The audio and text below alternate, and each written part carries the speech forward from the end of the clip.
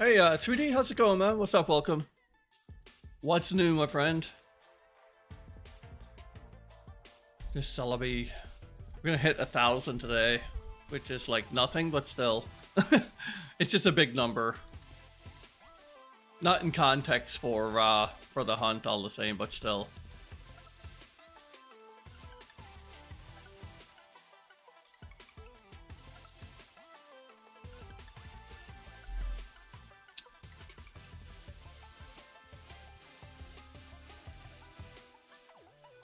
$9.38. Doing all right? Alive, so that's the main thing. Got a pizza. Hey, man, you're doing it right then. You're alive and you got a pizza. You're doing life right.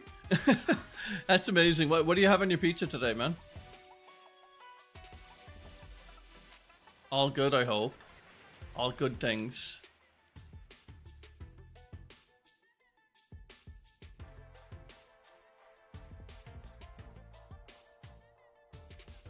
Oh, just pepperoni and extra cheese? Well, that's good. Hey, Bella, how's it going? What's up? Welcome. How's it going? 9:40, guys. I think one of the hunts I want to do, like after I get Shaman, I might actually go for a Latios dual live stream, like kind of like theme them up. I always wanted, like, I've done them separately, but I've always wanted to do them together as a dual hunt. That'd be kind of fun. I think it would be anyways.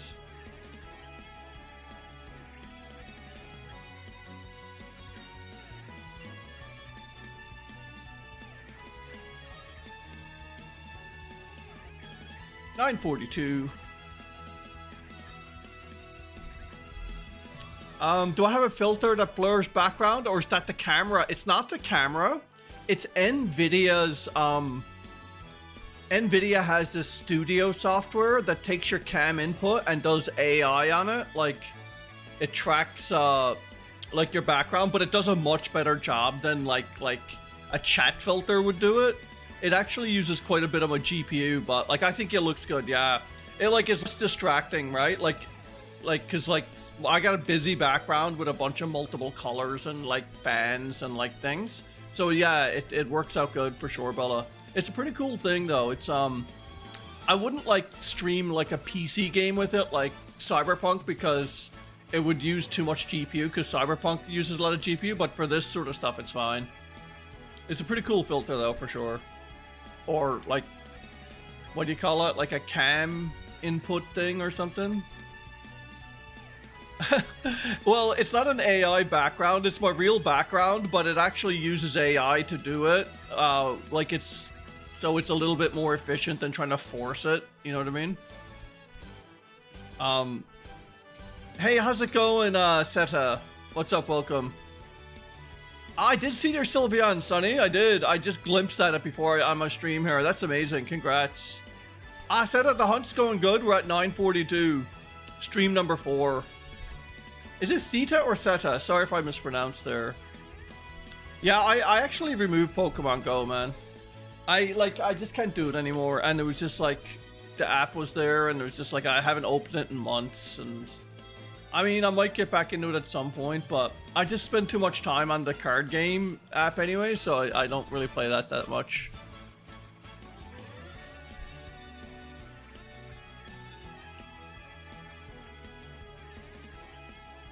Yeah, go get some rest if you're sleepy. I went to bed, not like super late, but like I was really kind of weird today. Like I had like so much low energy when I woke up, which is kind of weird for me, because like the past few months I've been pretty good, but could be anything, man. Right? Could be just like the week catching up at you. I'm old, you know, those things. 6 a.m. Sonny. What time is it for you now? It's like, it's going on 7 o'clock for you now, isn't it?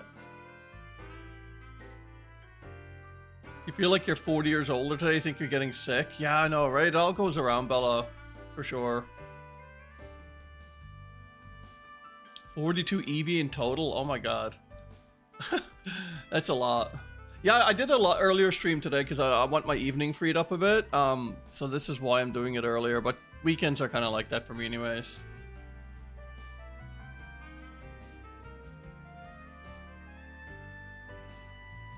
9:46. 7:10 for us fellas in the UK. Yeah. And I think for you, Bella, you're an hour ahead of British time. Is that right? Hey Gibble. Hey Puffin, how's your Sunday going? Gibble, it's going good. I hope yours is doing well.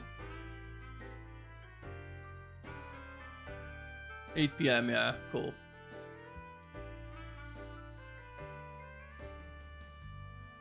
Yeah, I'm gonna post on Discord. I'm gonna post time zones from now on, because like I figure like we have people from California to like Germany, and even like sometimes yeah, around there. Germany's probably the cutoff of the majority, like, you know, and like Denmark and Sweden and stuff like that. So I'm gonna post time zones anyways, because it's easier for people to do the conversion, because I always used to post Eastern time, which is like I'm even 90 minutes ahead of Eastern time. So I'll just post it like it's easy to do. Just use like a converter thing and paste it in there. There's a Discord bot and command for that. Yeah, I just use like ChatGPT. I just basically said list all the time zones for my stream time in like at 3:30 p.m. and it just spit it out. And I just copied and pasted it. So it's really nice to be here again. Feels so nostalgic. Awesome, Bella. I'm glad. If nostalgia is a good thing. Yeah, Discord would probably do it. Yeah, like so. I mean, I couldn't be bothered. What's this song? Hisika or something? X and Y. Cool.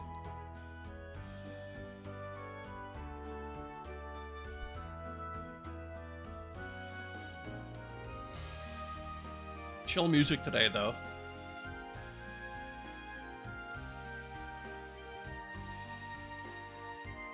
Man, I hope the Celebi shines, though. I'd love to get this thing early. Under 1,000 would be an amazing treat, wouldn't it? So, is anyone shiny hunting today besides Pokemon Go?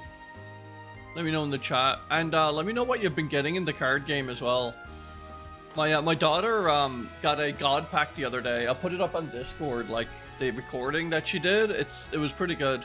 I've only gotten one since the game came out, but I mean, statistically, you're bound to get it if you just keep playing at some point. But still, it was a cool thing to have.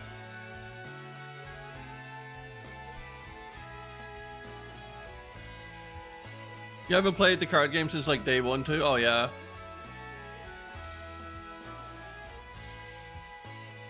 Shiny hunting in the Motorstoke gym. Oh cool, nice. Good old Sword and Shield, right?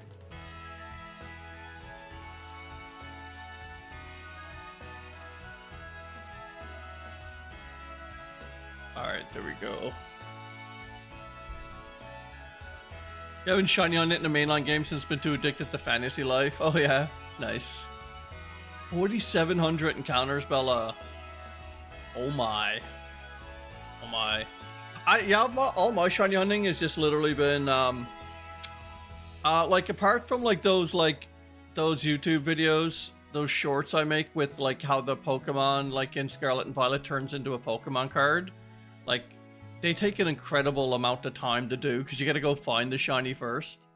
But once I get it done, it's fun. But that's the only game I shiny hunted outside of the old games. And I don't stream that. I only stream like the older games mostly. But I think when the new game comes out, I'll be doing a bit of that. But I always go back to the older games for some reason. Gen 3 hunts, yeah. I should go back to those BDSP chains, man.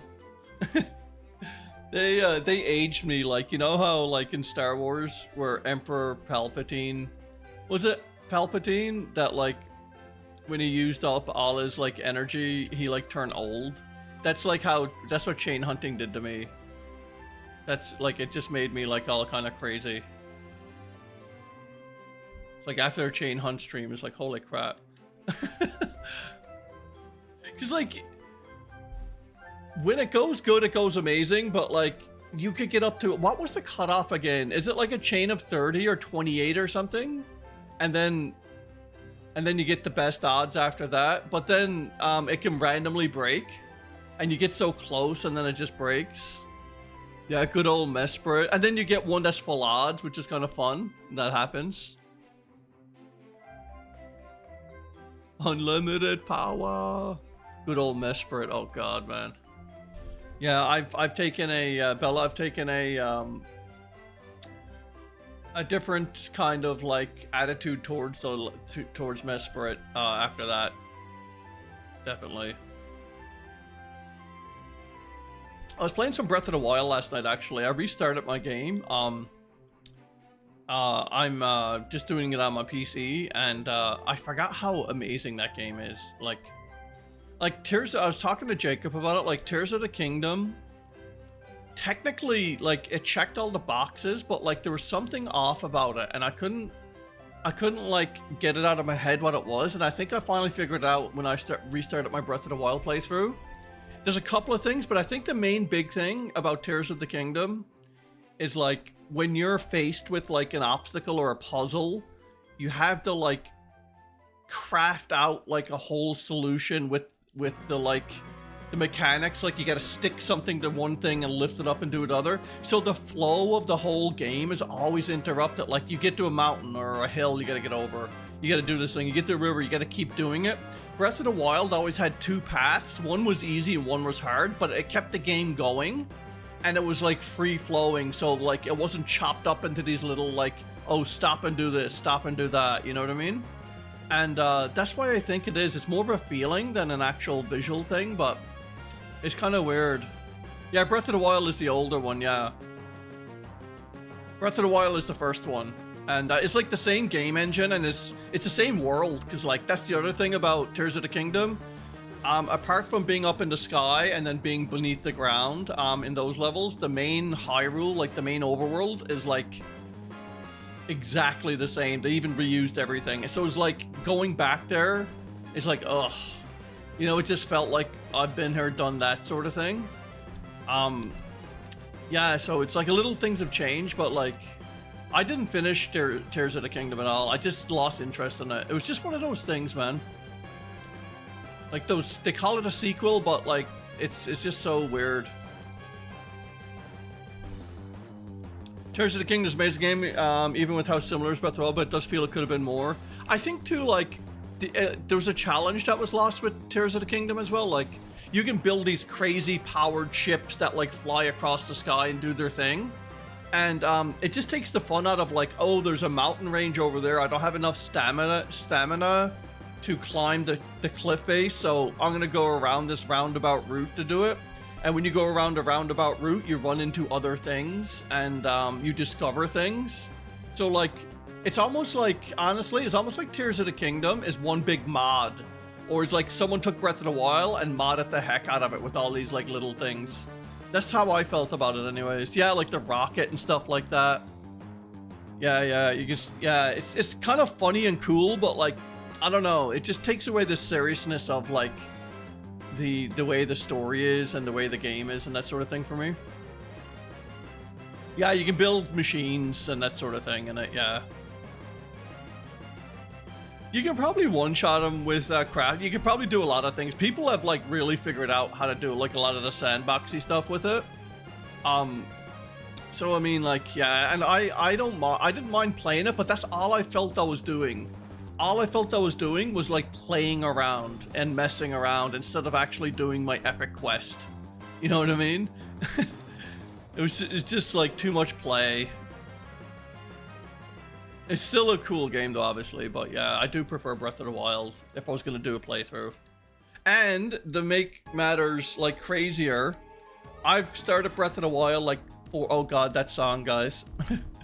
You guys know what that song is. I've started like Breath of the Wild like 4 times, 3 times probably, once on the Wii U, once on the Switch, and like I never ever actually finished it. I got up to like the Divine Beast and I quit it, but I'm gonna do it this time. I'm gonna totally do it this time. Cynthia jump scare, right? Yeah, the Cynthia PTSD, right? I know.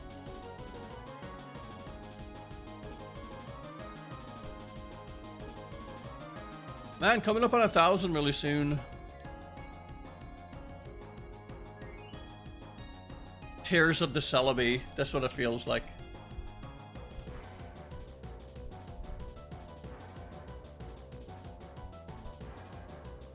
Just one sec, guys. Sorry.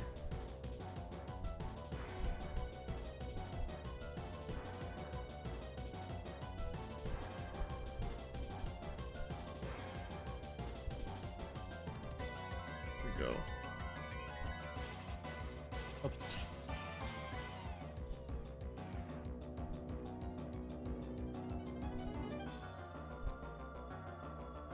You can hear the Spiridome cry in your head.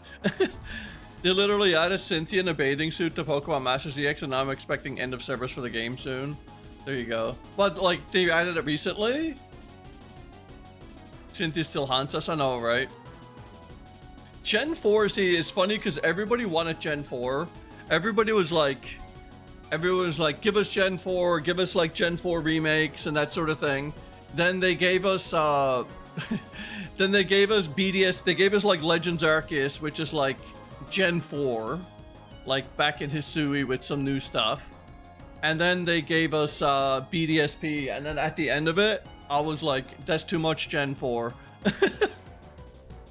Right? It was just too much at the end of it. It's like, come on. Like, Chimchar used to be this, like, this special platinum shiny hunt that I needed to do. And it was like, oh man, like, this is, you know, this is gonna take a while and stuff like that. Like, and then, like, when BDSP, oh, I'm sorry, when, yeah, BDSP and, whatchamacallit, like, Legends Arceus came out, you could go out in Legends Arceus and, like, the overworld and just nab a shiny Chimchar in, like, 30 seconds. Something like that. Kind of weird. And they're begging for Gen 5 remakes, yeah. See, I think BDSP was on the, I guess on the edge of, like, people liked it and people didn't. Like, it was very polarizing. Like, I liked it. I think people really complained about the art style too much. Like, it didn't matter, like, at the end of the day. Like, you just ignore it. You know, like, it wasn't that bad. Graphically, it was nice looking. The music was good. The only thing as a shiny hunter I didn't like, obviously, was, you know, like, the shiny charm didn't affect the overworld Pokemon, and the shiny hunting was pretty limited to what you can do, except for, like, some of the nice ones, like, Shaman and Darkrai and Arceus and that sort of thing. But overall, I think it was a lot better than people always make it out to be, right? And so much potential, yeah, I know, right? Yeah, I like the art style, and honestly, I like fixed battle scenes. I was saying to Jacob there the other night, that's one thing I found that, like, Legends Arceus and Scarlet and Violet kind of took away, was the whole free camera battle scene stuff. So, like, when you get into a battle with a Pokemon, you can move the camera around. So, like, you miss throwing your Pokemon out. Like, I noticed that last night. Like, remember in a battle, like, when you go to battle, it shows the animation of you throwing your Pokemon out. In, like, Scarlet and Violet, your Pokemon just appears now. It's just, like, you get into a battle, it just appears, and it's just, like, I don't know, it's just unrealistic. And then it's, like, if you get a little tiny Pokemon and you move the camera around, you can't even see it because of the grass. So, like, yeah, fixed battle scenes, like, I really love them, and I don't know, I'm not a big fan of the way the battle scenes are now. And Let's Go art style, those games are still underrated. Yeah, I know, right? Yeah. Yeah, I like Let's Go art style as well. It was kind of cool. Oh, let's keep going.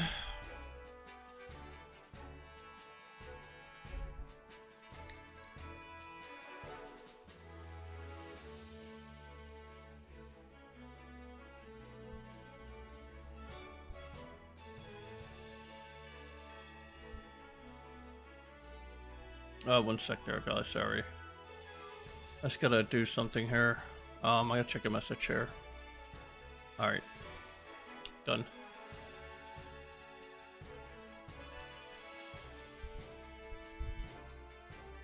Add platinum content, think people would have been chill. Yeah, platinum would have been awesome. Yeah, they wanted to do two, right? They wanted to do BD and SP for the money.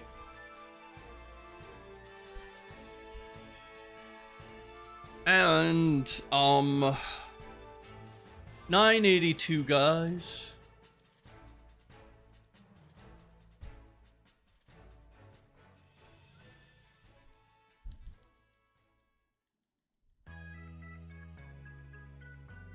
Wedgehurst, good old Wedgehurst.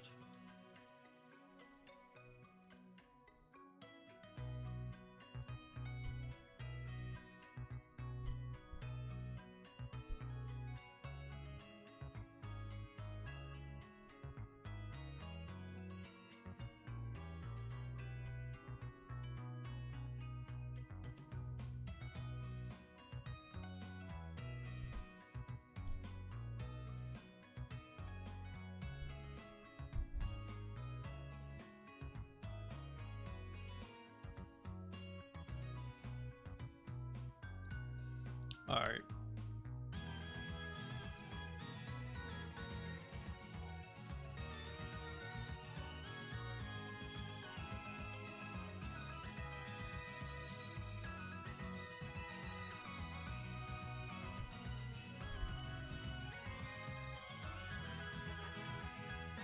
It can change the email address for YouTube account. Is that right? I always thought it went by like Gmail though, or not Gmail, like your Google account, like, you know what I mean? Like, I know, like, wouldn't your YouTube account be your Gmail or your Google Gmail account?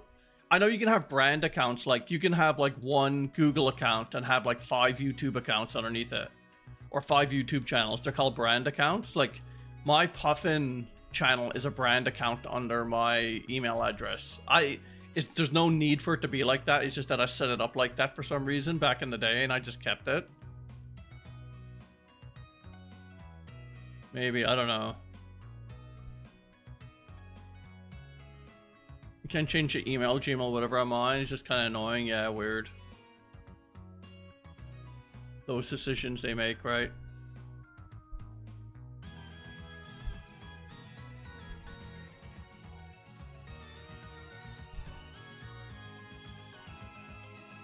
988 guys, moving right along.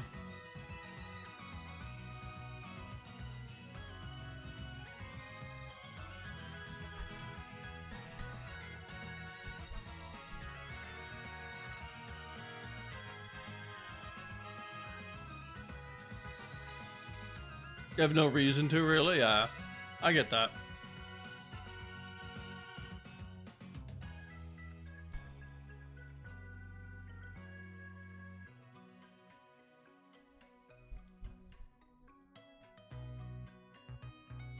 We get a Pokemon Direct coming up too, don't we?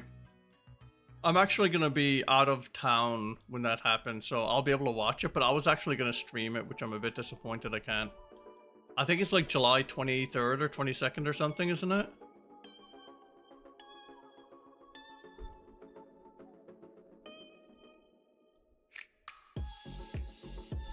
Yeah, the 23rd, which is a Wednesday, right? I'll be coming back that Wednesday, maybe. I think, yeah.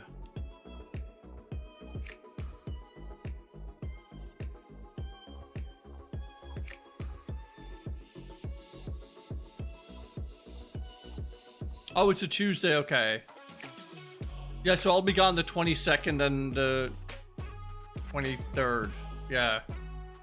Right. Tuesday, yeah.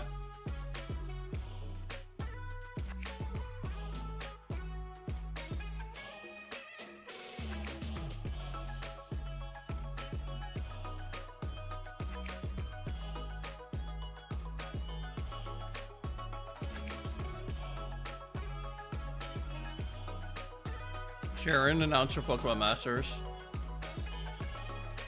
Do people still play Unite? I still see a few Unite like content creators out there, but I don't know if people still play it as much. A turn this to be announced for Pogo in the surprise of no one. Yeah, right. I tried like Unite a few times, but like they had such a rough start, like it turned me off and I never went back. I think it's fixed up good now. Well, like, I mean, I'm all for like trying games again if they're good, but like, I don't know, man. It's like when a game has like a crazy rough start, and it's like it's hard to go back to.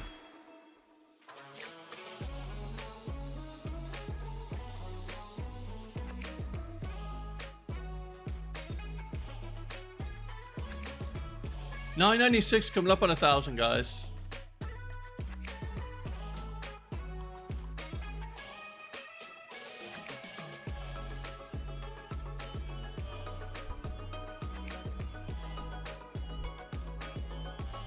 Bruh.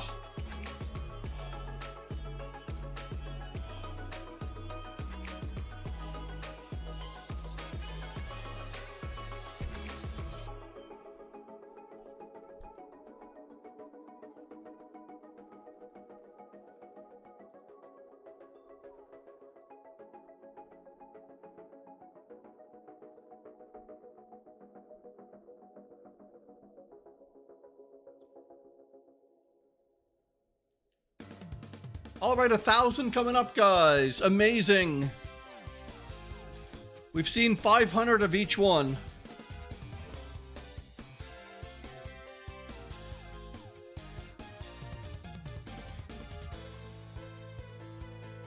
Still way under odds, but still.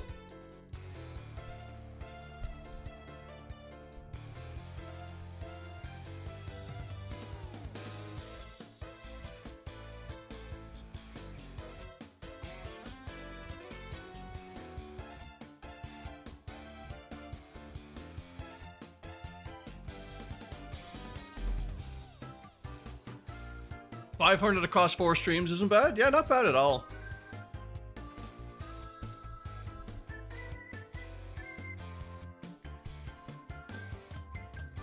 I mean, now that I got it set up on my controller, I'm using one controller to do this.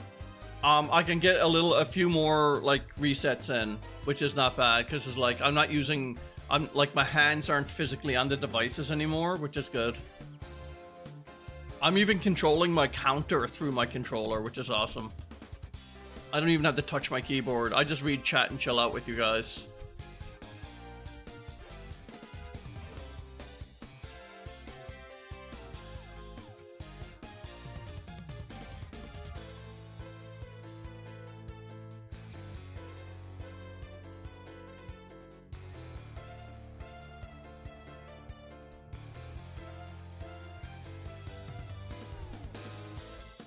And let's go again. Cutting through them.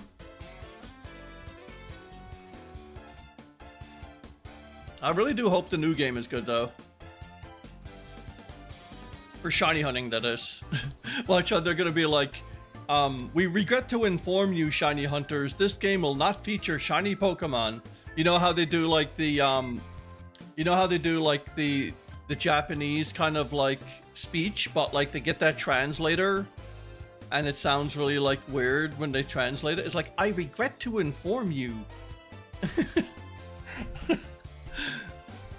They did it for like Tears of the Kingdom when Tears of the Kingdom was delayed, and it's like, dear fans. And before starters are locked, yeah, they're gonna be still locked, guaranteed. They're just gonna lock everything. You're probably gonna pay like $9.99 a month to unlock shinies. That's the way it's gonna go.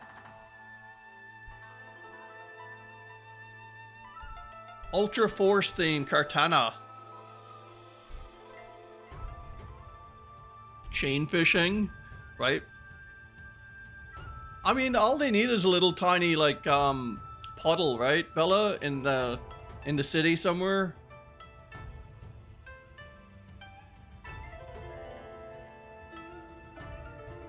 Because I believe Sword and Shield was the last one to have fishing, right? Like, we don't have fishing in Scarlet and Violet or Legends Arceus, do we? Because you can go into the water and get stuff now.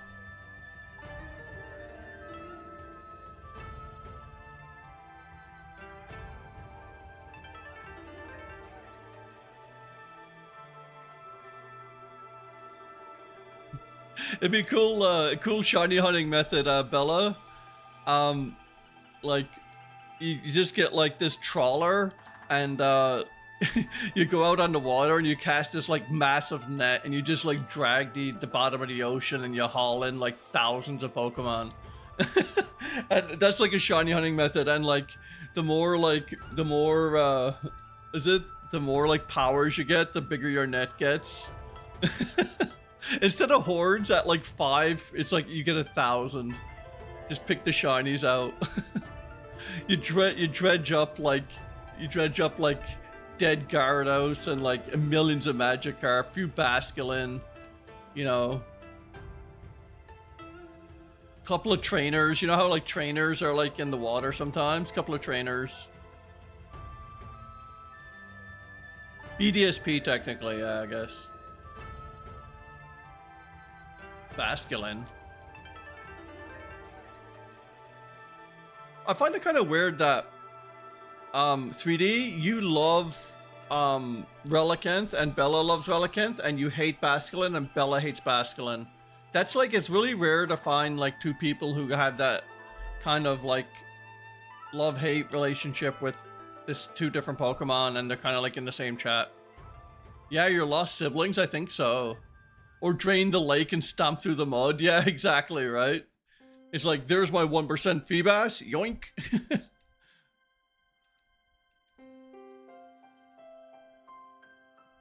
How's it going, Naranjan? How's it going? What's up, welcome?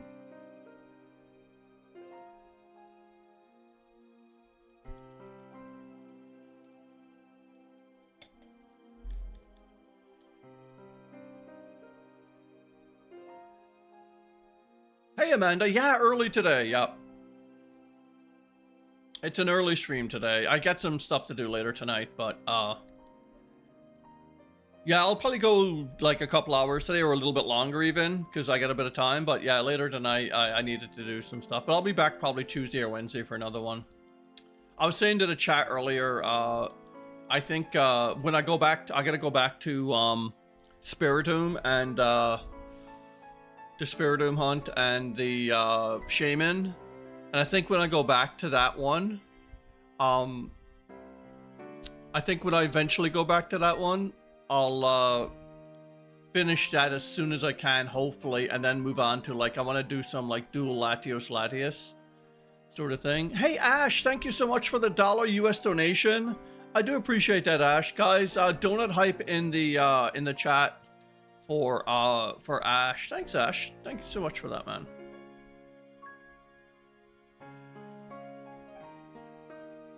Walking in the North Province. This song.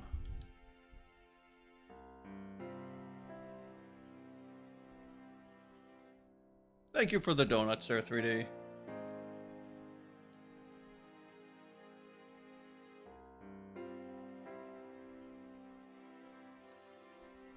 That was in 22. Moving right along.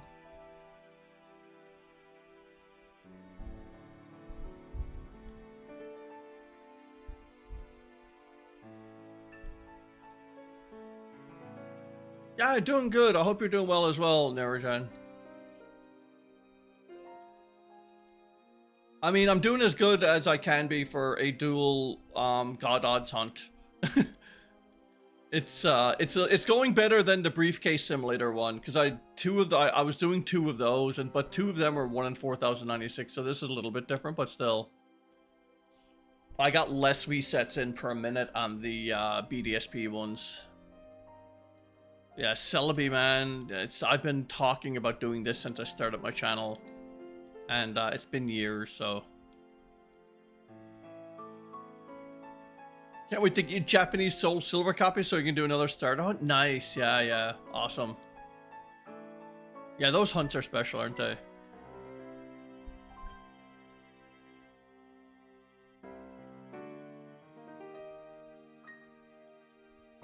Sometimes my my games are delayed one behind the other because my input is like dictated by like my Wi-Fi when I'm using my external controller, and instead of me touching the devices, so like it's kind of funny. It just one lags behind the other. So when one Celebi comes in, the other's like you biting your nails. It's like come on. When are you getting that Bella, the Japanese SoulSilver?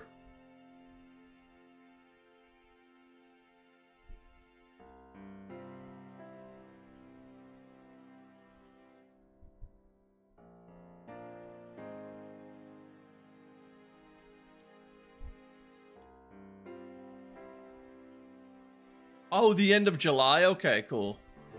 Nice. Nice. Yeah, it's shipping from Japan, so it's probably a while. I think Jacob, we were on AliExpress.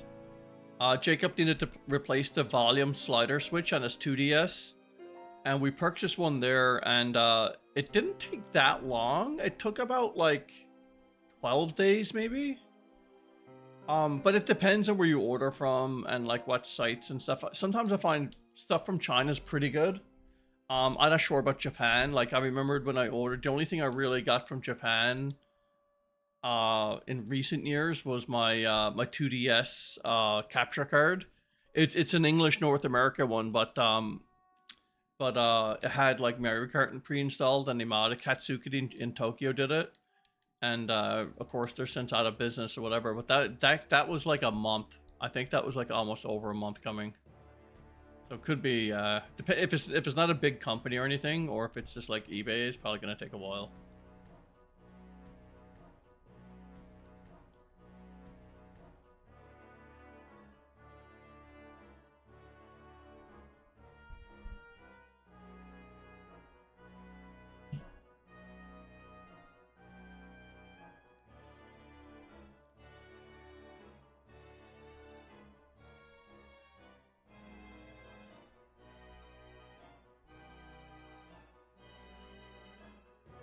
It's intense music. Let me change that.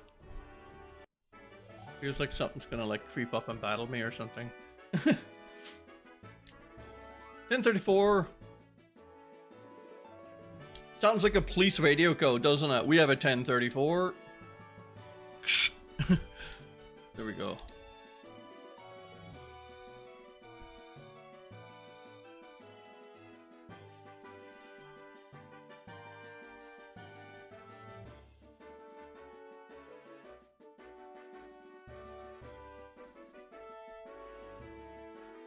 Yeah, a 10-day order processing time, yeah. I get that.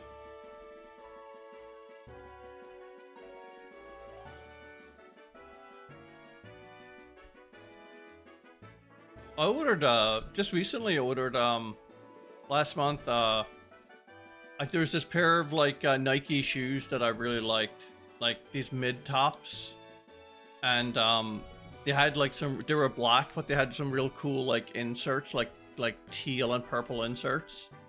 And it takes me like 1,000 pairs of shoes to get the right ones. Like I like the look of them and to fit and to wear. But like I could only get them on the United States store. They wouldn't ship them to Canada. So I found them in Canada on eBay, and all I really did was pay the regular price plus shipping. And they arrived the other day, and they're fabulous. They're awesome. Love them. I gotta break them in a bit more, but they're pretty good. But yeah, you can buy anything, and I this is the first time I realized this, but like it was the first time I actually bought anything clothing related off eBay. Like you can buy like purses and bags and shoes and sneakers and like Nike shoes and everything, like clothing accessories or whatever. But if it's branded like Nike or like a high-end like purse or bag like Louis Vuitton or maybe like Kate Spade or something, I don't know. It goes through this weird eBay like verification thing. So like in the shipping, it said your shoes have been sent to this verification center. So they go in the verification center, they open my package, and they look at to see if it's an actual, like not a counterfeit like brand name. They actually see if it's Nike, and they verify it. And then when it comes to me, there's a little tag on the box, and it's like secured through eBay's verification system. And when you scan the QR code, you see a photo that they took of them like verifying your brand of shoes. Because I think they've had a lot of problems like with people selling like knockoff brands and then like skirting it and stuff, right? So they do it kind of like that. You need new shoes for work so bad. You had them for ages and they're almost falling apart. I know, right? I'm really hard on shoes as well. Which new mega would you want to see in Legends? That's a good question, That's a good question, Niranjan, for the chat, guys. What new mega would you like to see in Legends EA? Any new megas you'd like to see? Not going to spoil what it is, but Liquid did something fantastic to have reduced and started the series. That's all you're going to say? Cool. Yeah, it's a pretty cool, like, verification thing they got. It's kind of awesome. Mega Infernape? Oh, there you go.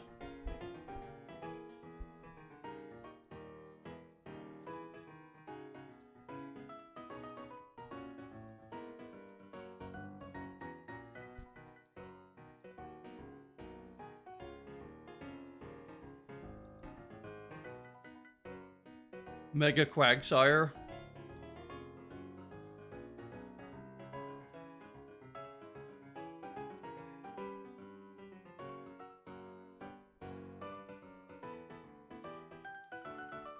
$10.46, guys.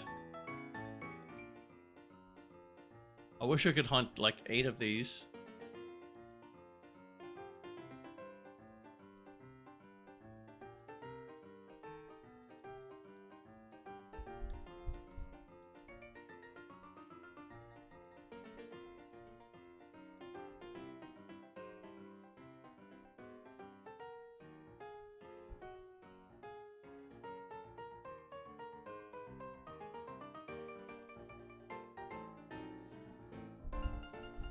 This is called filming on the way at Pokestar Studios. Nice.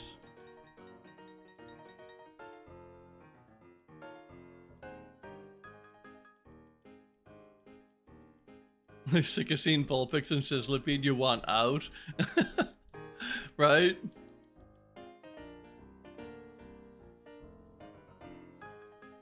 That's the thing that like got me about Sword and Shield shiny hunting sometimes was like, do you remember when the clock changes and the weather changes dynamically?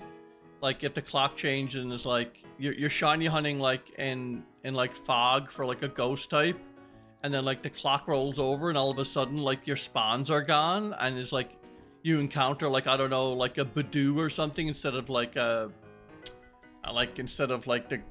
Haunter and or instead of like a Ghastly, and it throws you through a loop. You're like, what the heck? Why is that? And then you just realized that's the way it happens. Yeah, it changes from like Blizzard to Sandstorm. I know.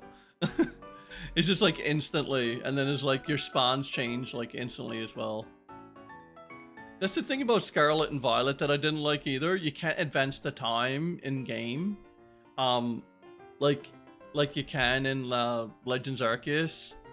Like you have a bed in the Blueberry Academy, or I'm sorry, yeah, you have a bed in the academy you can sleep in, and like, but it doesn't do anything. Like it doesn't like advance time sort of thing. I think it like, does it heal your Pokemon? I don't know, but it doesn't advance time. So like you gotta like shut your switch down, change your switch time, and open it again in order to get the time of day to change or something. And even then, I found it weird, because even then it was like a little bit random.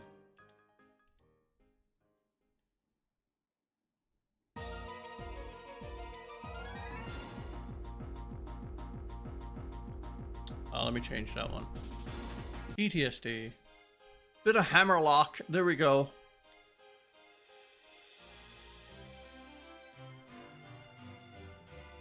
Shiny Dialga trauma.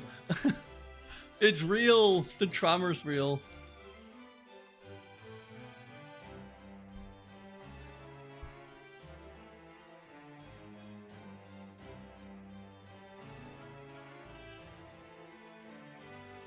I think it's like PTSD, post-traumatic stress disorder syndrome, or PTSD.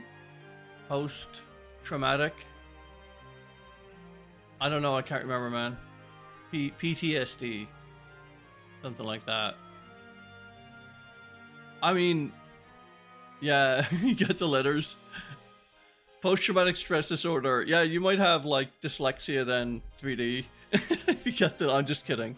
But yeah, like we have a name on that now, right? Like, it's for like any real event that like can happen in your life, I guess. Oh, sorry, I didn't know 3D. I wasn't like making light of it or anything.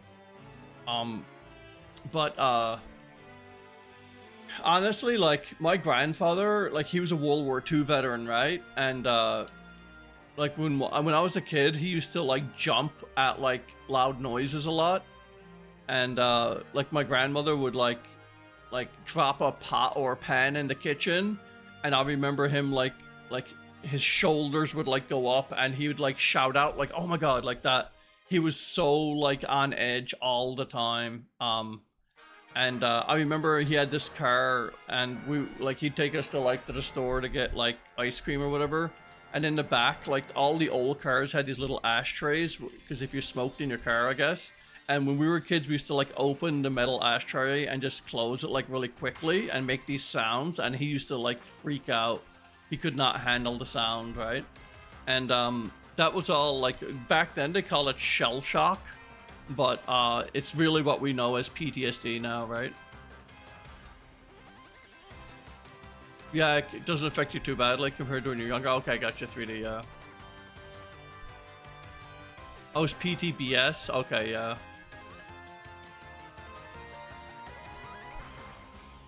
Yeah, and I mean, like, he worked on a minesweeper for the Royal Navy, like, because Newfoundland was part of Britain back in the 40s.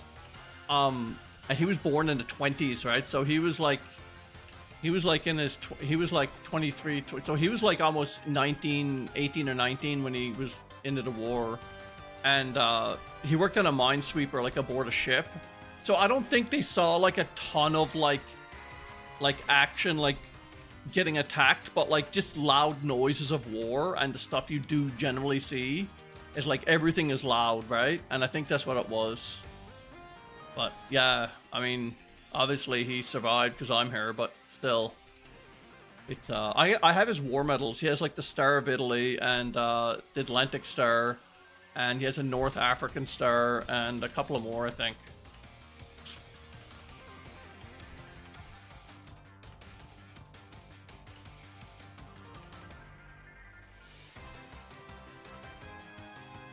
I have some cool photos of him on a beach in Italy too. Like, yeah, it's cool. Cool history for sure.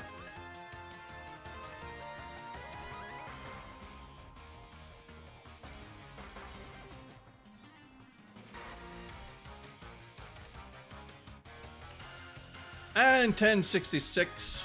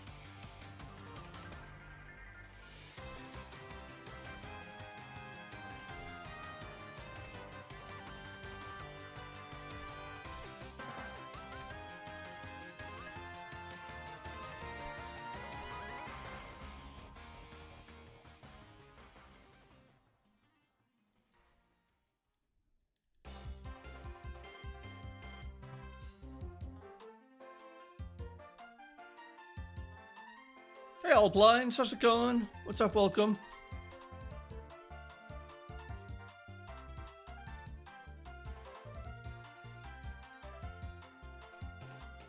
Not much. Just chilling. I had a bit of an early stream today. I usually stream a lot later, but yeah, I had some stuff to do tonight. Are you getting new novels? Oh, cool. What stuff do you read usually? Yeah, you could tell. Yeah, it's early.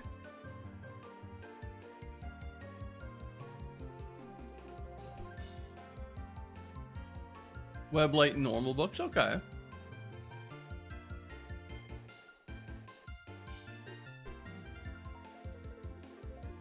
I used to read a lot of Stephen King stuff back in the day. I'm a horror fan.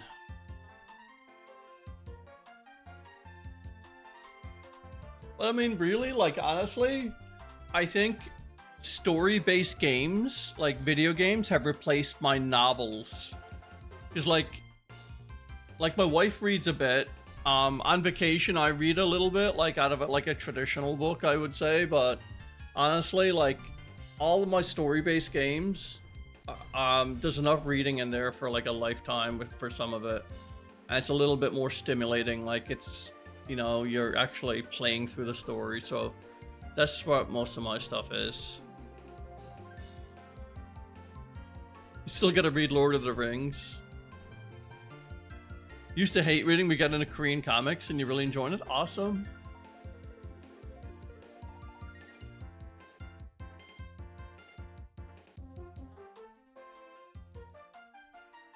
You still gotta read Lord of the Rings? Yeah, of course.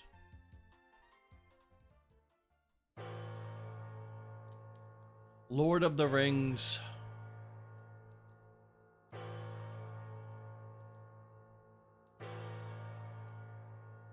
I think my mother told me she remembers doing Lord of the Rings in university. And there's such a really weird read, like it's a really choppy read apparently. You know what I mean? Like it's like a technical kind of like read.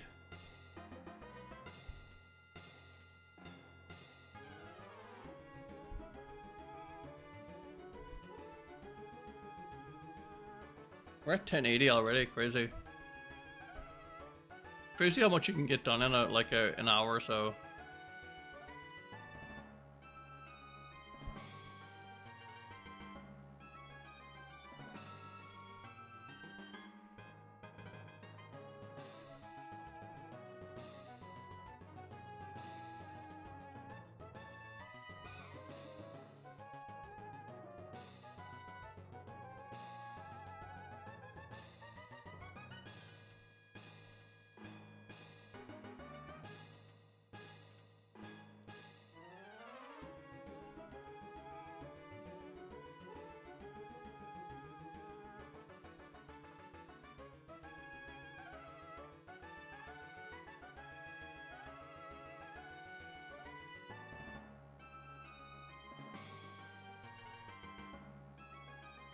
$10.82 coming right up.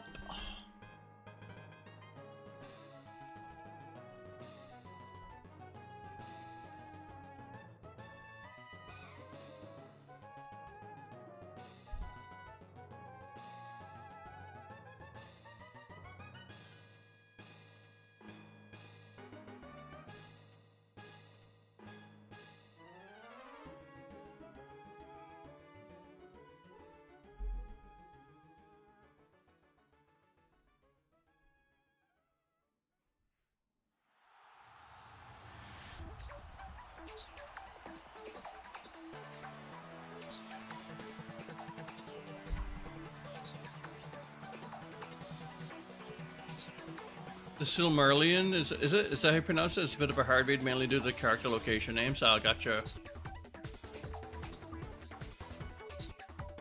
Battle Agency, I like this one.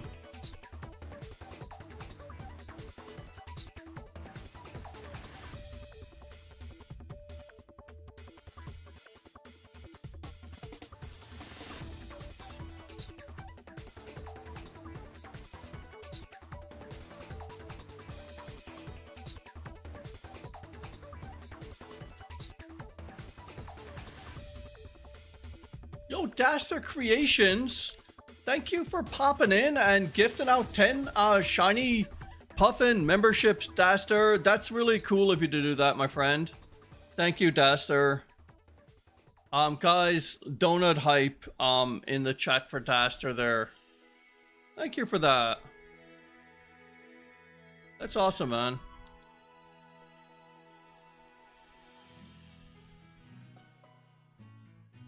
How's it going, Duster? Yeah, it's early. It's 4 p.m. Is it 4 p.m. for you? And you're just waking up? Is that what it is?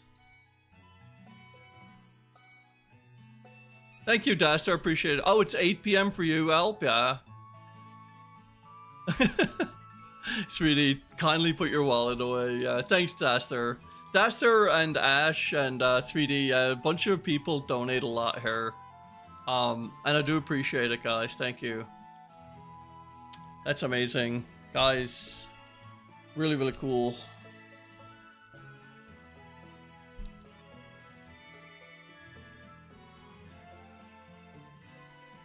You're in a country an hour ahead of England. Yeah, you're on Central Time in Europe. Central European Time or something, is it? Yeah, it's 4:30 for me right now. PM.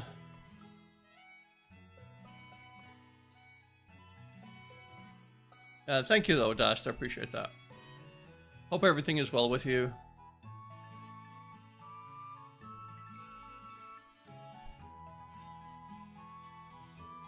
$10.90 coming up on 1100 right now.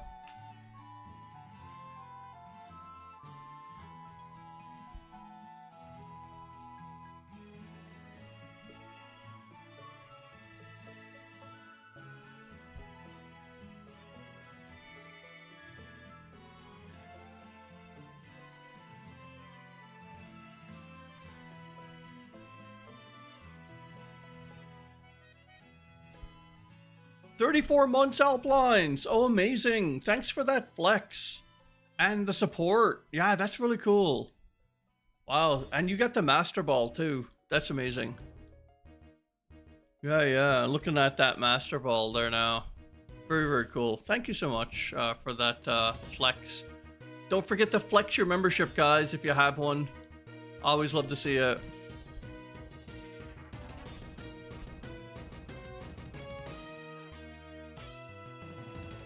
I think Celebi is the oldest member at like 6 years and something, maybe, or over 5 years. I think Celebi has the what do you call it, the Puffin like holographic badge or something. Can't flex until the 13th. There you go. Can I actually buy a member now? No, I can't. Remember last live stream I tried to buy a member and I couldn't. Nick is 42 months. Awesome. Yeah, HeartGold SoulSilver music's amazing. Yeah, you're right.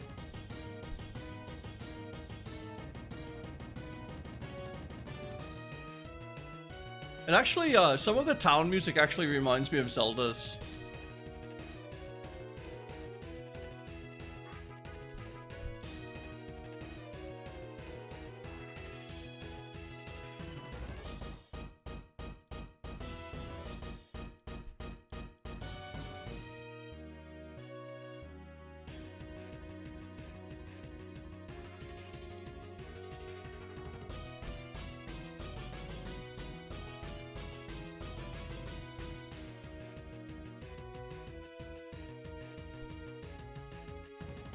You've lost track of how long I've had membership for, like 2.5 years, maybe, or even longer.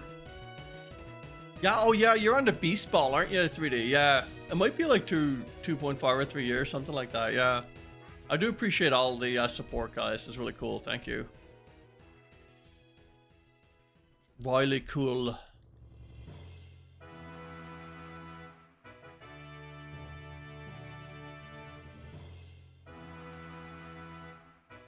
Alps is the 29th.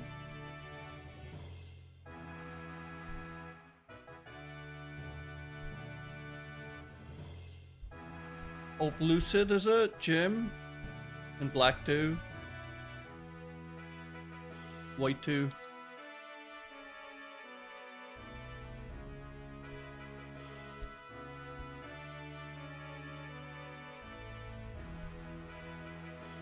Yeah, is the Master Ball 2 years? Okay, so the Beast Ball is... I can't even remember my own my own membership benefits. I haven't changed them in such a long time. I just can't remember what the benefits are.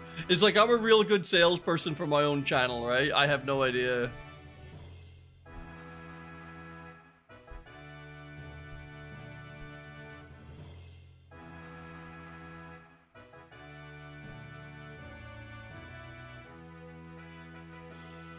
Oops, I just reset that by accident.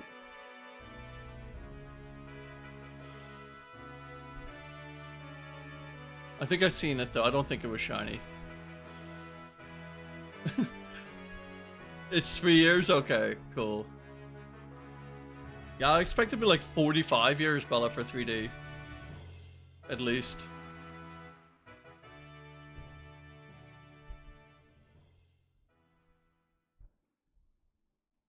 Yeah, check when it scrolls on the screen. Exactly. There you go. 1104. Yo, Vic, flexing that 27-month membership. So it is over for 2 years for the Master Ball. Yeah, thank you, Vic. I appreciate that. Hope everything is well, Vic.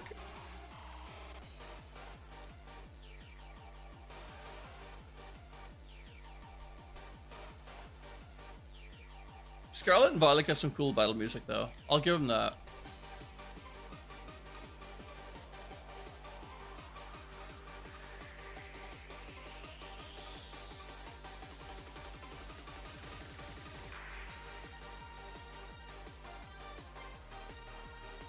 Yeah, 4 years and above, you get the Puffin badge. And then I think after 5 years, you get the holographic badge, right? Yeah, something like that. Thanks for that, Alp, yeah.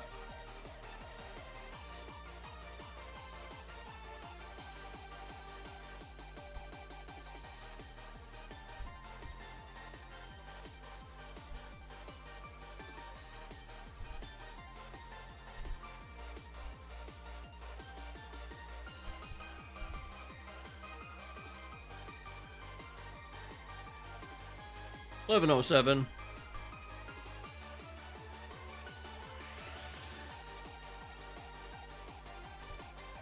Three years for the B spell, yeah.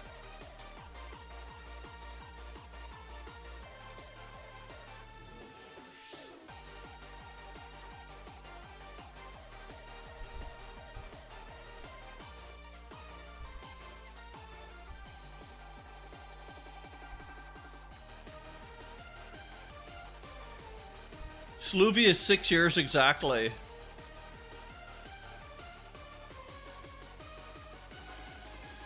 Kriz is 4 years, 9 months. I'm just looking at the scrolling things there now myself.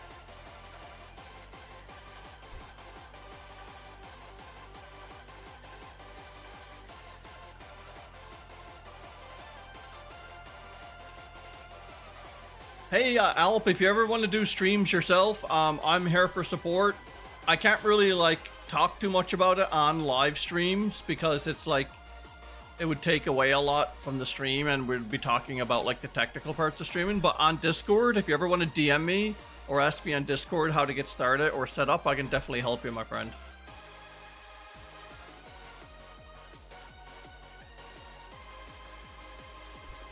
I encourage you to do it if you have any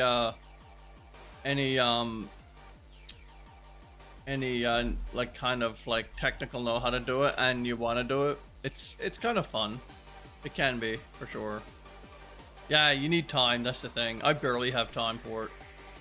During COVID it was easier because like everybody was inside and like it wasn't much to do anyways. But yeah, I can do a couple of streams a week maybe, whereas before I used to stream every day.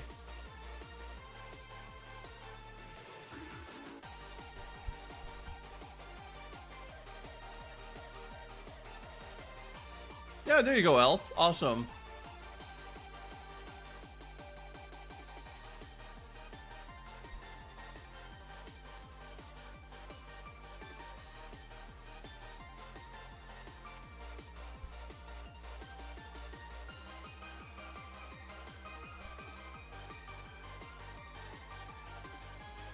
You're a bit off, yeah. 3 years, 9 months. Yeah, a few more, maybe 4 years, man.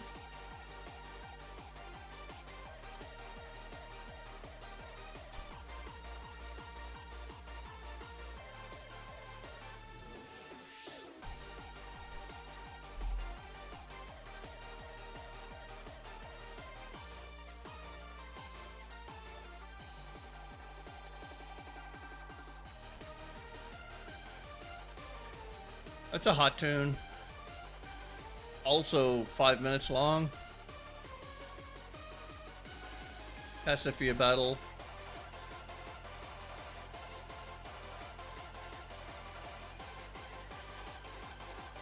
Wait, now, did Scarlet and Violet come out in 2022? It did, didn't it?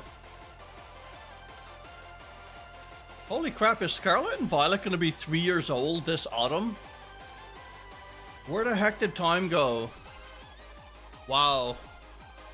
That's insane. 2000, yeah. It was November 2022, I remember that now.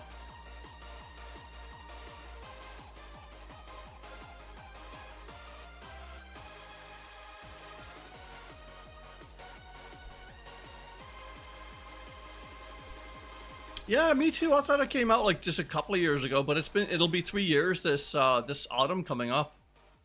That's insane. 11:20.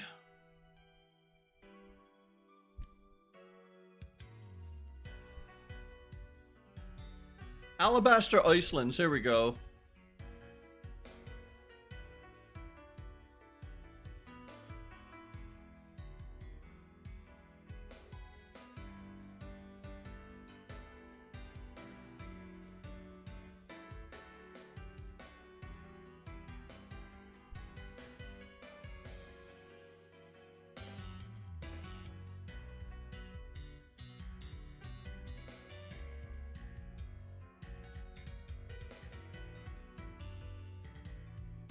Give me 1 sec, guys. I gotta do a quick little thing here. I think it's there. Okay.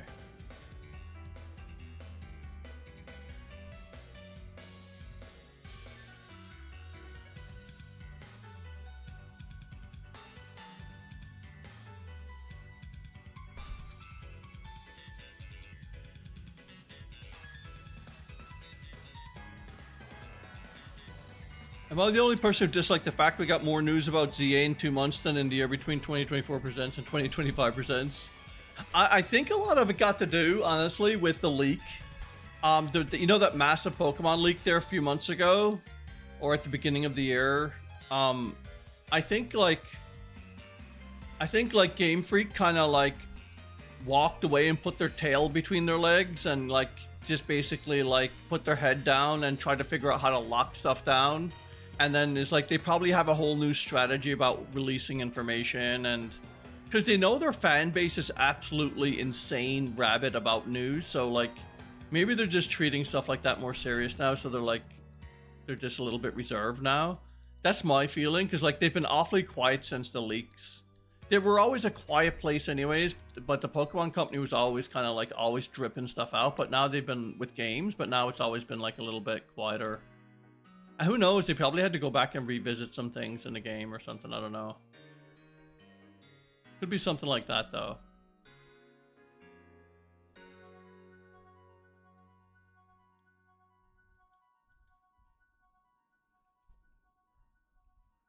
You're just hoping that ZA will bring the last few Pokemon that are still locked behind the 3DS games? Yeah, so what Pokemon are still locked? That you can't get in any Switch game now.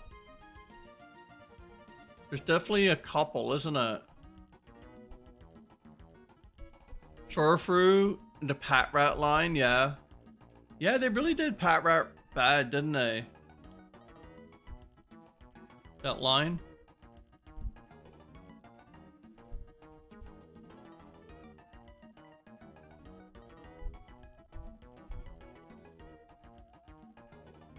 And the Ultra Beast as well, because like Poipole is only available in the Crown Tundra, like as a gift. Like Poipole's not even available like as like in the newer games at all. None of the Ultra Beasts are, well, Sword and Shield and the Ultra Wormholes, but that's about it. Litzel was on the list, Indigo Disc, yeah. So, wait now, the Ultra Beasts can't go into Scarlet and Violet, can they? I didn't really check. I don't really know. I don't think they can they? Yeah, Sword and Shield was the last game for them, wasn't it?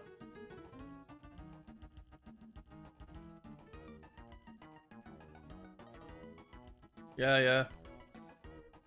List was on list until Indigo Disc DLC, yeah. Same with the Minior as well. Yeah, there gotta be a list real quick.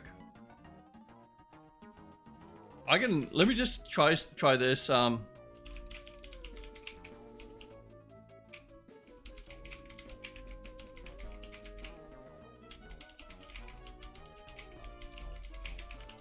just gonna ask ChatGPT to see what they say, just as see if it's accurate.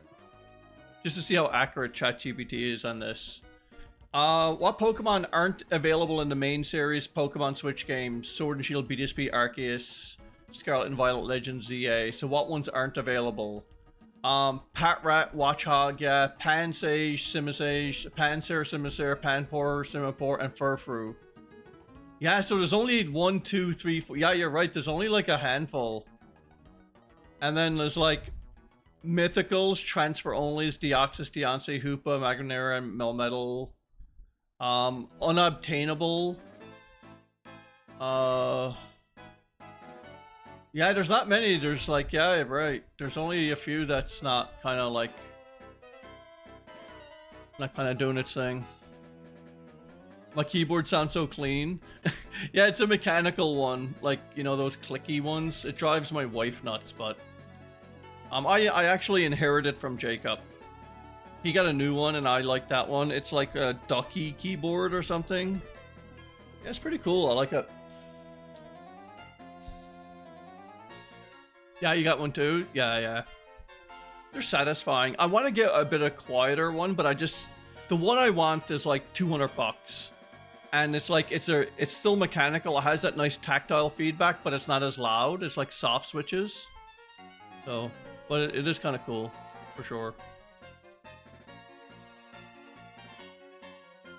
Yeah, I know, it's still weird that there's still Pokemon we don't have on the Switch. I think Game Freak does that sometimes, like they kind of paint themselves in a corner with some Pokemon, like they'll have like the Flababy line, and then they'll have like the Pumpkaboo extra large, medium, small, and all that sort of stuff. And then when it comes time to like putting them in new games, they're the last to be like kind of converted over, like the different variations, because they just don't have time for them or something. I don't know. It's like they do that a lot as well.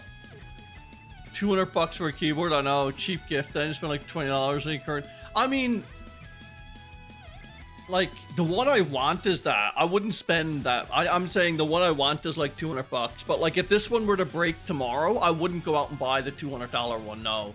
If I had $200 kicking around and I had nothing else to spend it on or put it away, and I really needed a keyboard, I'd probably do it. But I don't have $200 kicking around to spend on a keyboard. That's like the last thing on my list. So that's what I kind of meant. You know, like everybody wants like a really nice car, but like it, you know, it's want versus need, I guess. Is what I was getting at. Now, all the same though, like it is my job as well.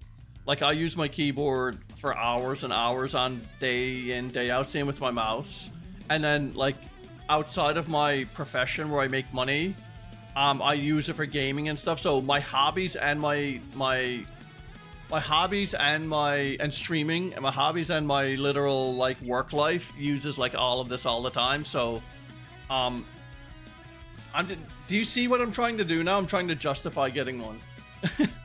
but what I'm saying is, I guess, is like I need high-end gear, because like sometimes like the cheap stuff like will break within a few months on me, or it just doesn't like feel great when you're spending so much time on it.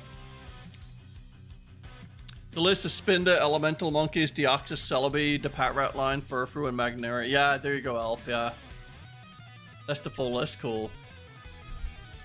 You spent $140 on yours. You figured you might as well get the really one you wanted since you use it. Yeah, that's the thing. Like if I didn't have like a computer job, and I wasn't in the gaming or streaming, and I use my computer once every few days, I would definitely never do it. But like I'm using it like up to 10 hours, 12 hours a day every day, pretty much. So like it does make sense, yeah, how much you use it for sure. That's the thing, because like other people will say something like, oh my god, you spent $300 on a microphone. And it's like I stream and I use it for work because I have a remote job. So like, yeah, I spent good money on a mic on a good mic, you know what I mean? And meanwhile, the same person like bought like a $300 face cream because they just use it every day. So it depends on your use case and what you do it for sure. It's funny how Spinda can be like caught on the Switch, but if you want it in home, you have to get it from a 3DS game. Yeah, that is weird, isn't it? That is weird. BDSP cannot be any more broken. God, I know. Yeah, exactly, right? You gotta spend money on something you need. Now, I do have a backup keyboard as well. Like, if this actually, like, messed up tomorrow and it didn't work, I would totally, like, break that out for a few months.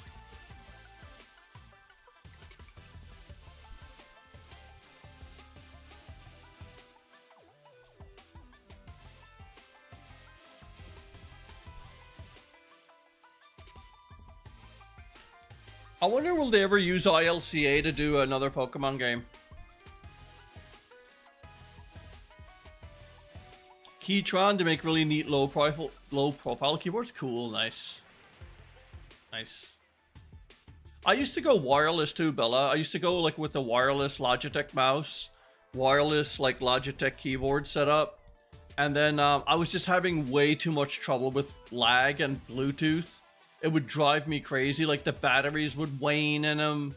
And some of the batteries, like they were built-in batteries, so you had to charge them.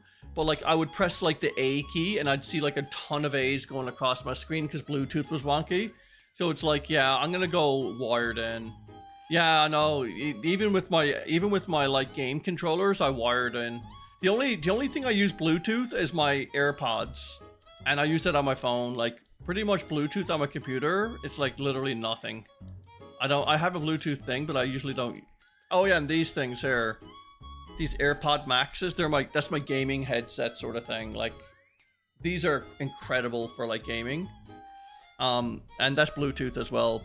I could wire them in as well, like with a special cable, but still. Yeah, all my input devices are definitely wired in. It's just the latency for gaming and stuff. It's not the worst, like you're in a horror game like Resident Evil and your Bluetooth controller disconnects and there's a zombie like eating your face off and you can't do anything. It's like you go to the keyboard, it's like, oh crap, like what do I do?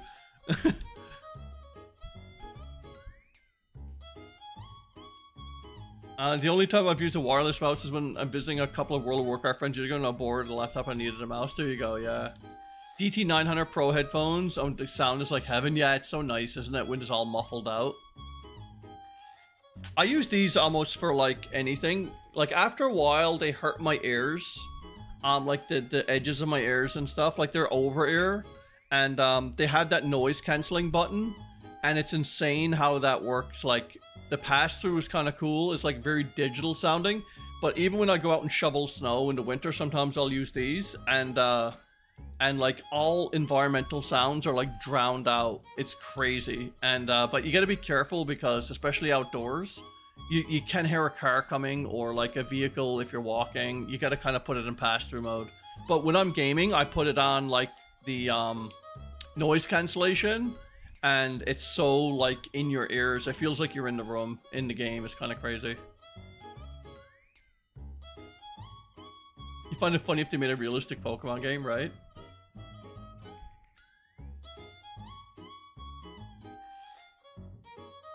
Yeah, you'd never hear the moose behind you. Exactly, right, Bella?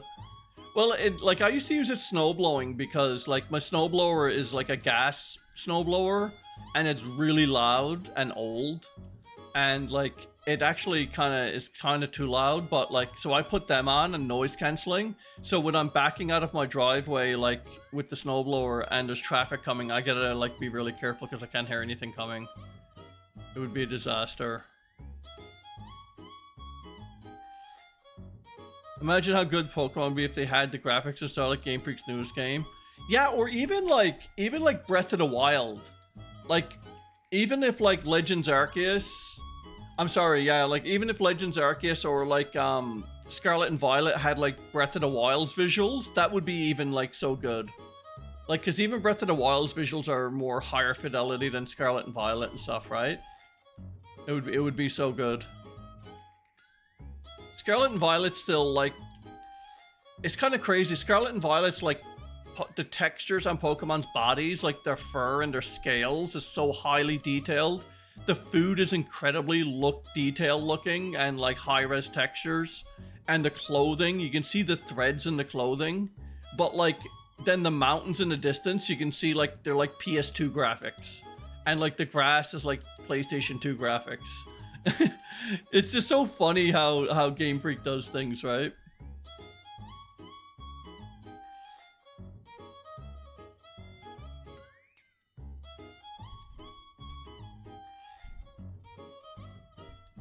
Yeah, in the two frames a second, right?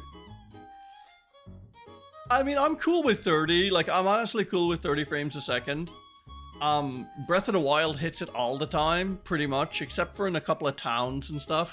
But yeah, but like Scarlet and Violet, there's areas that dips to 22 and 23, and like distance objects are rendered differently. Now, I know on the new Switch it's different. It's like, it performs way better.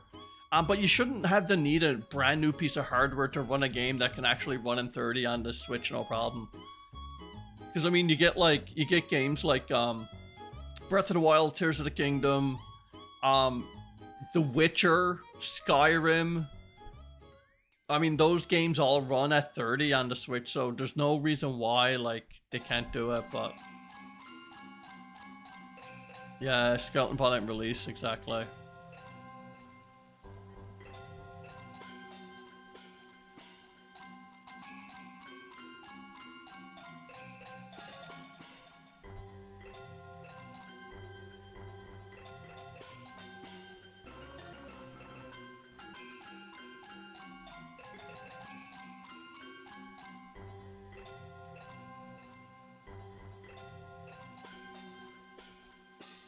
And 1164, guys.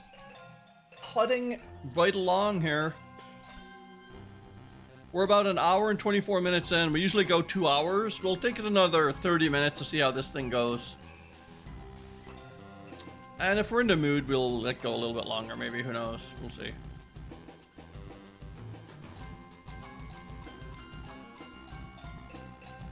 Yeah, it's not perfect on the Switch too. You've seen videos with some lag. Honestly, yeah, it should never be like that, right? It should be, you know... I found it funny, I mentioned this on Discord the other day, I found it really funny that Nintendo and Game Freak are actually, like, already writing off Legend ZA on the Switch. Like, the regular Switch. The game is not even out yet, and they're advertising Legend ZA as higher frame rate and better graphics on the Switch too. It's like they're just coming out right now and saying that it's going to be like Scarlet and Violet, like on the Switch. That's exactly what they're saying, and it's like nobody tested it, so it's like it's literally a Switch 1 game being ported, or sorry, being patched for the Switch 2. So yeah, that's the state we're in. Hey Puffin, hey everyone, sorry I'm late and I haven't watched your stream in a while. That's okay, Danny, no need to apologize, it's good to see you though. What's up, welcome.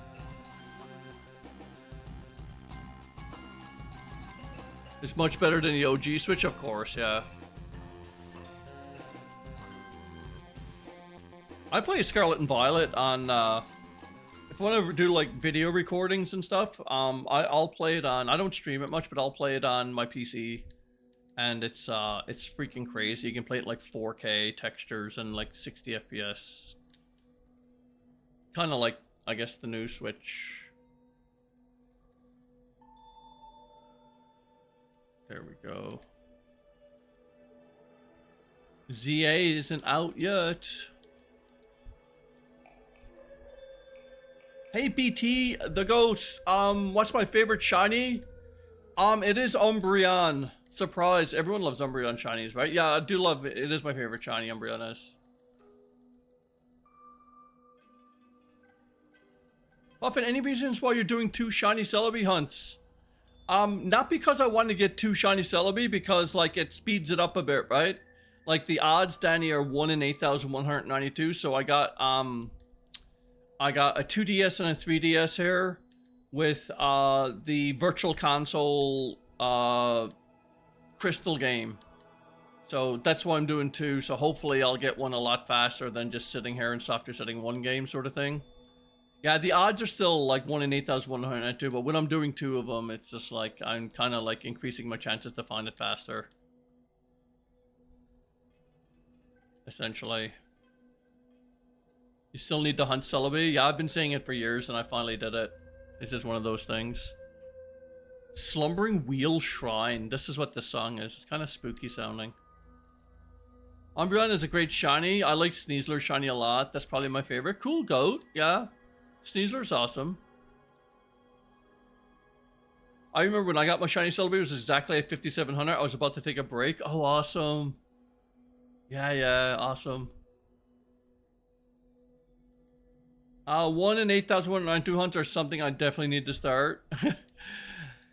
Yeah, like I don't do them singularly. Like I find it difficult to do. Like I'd either had to dual hunt it or do something tricky like black and white 2 tall grass encounters where you're seeing 2 Pokemon at the same time with the shiny charm. That's what I'd probably had to do. Like a straight up God's Odd hunt with just like 1 game. You could go like 28,000 encounters for that stuff, and it's just like, oh my god. Like if I was streaming every single day for like hours and hours and hours, then I would probably do it. But like I only get like 2 streams a week and maybe 3 streams a week I have time for, and when I do those streams, I only do it for like under 2.5 hours. So honestly, like those big hunts would be like 6-7 month streams or endeavors on my channel. So I tend to go after like either dual hunt them or go after like SOS or soft resetting like shiny charm legendaries or something.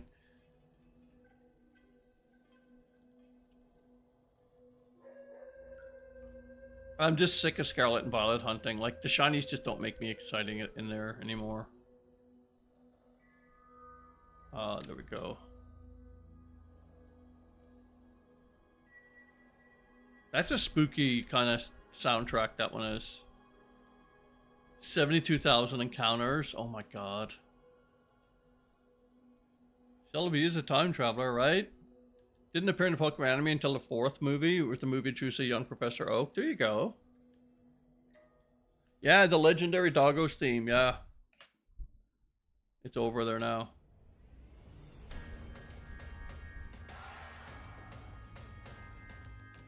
There's some different soundtracks here. I got like 1,300 songs downloaded from all games, so I just like let them play on the stream. 1184, guys.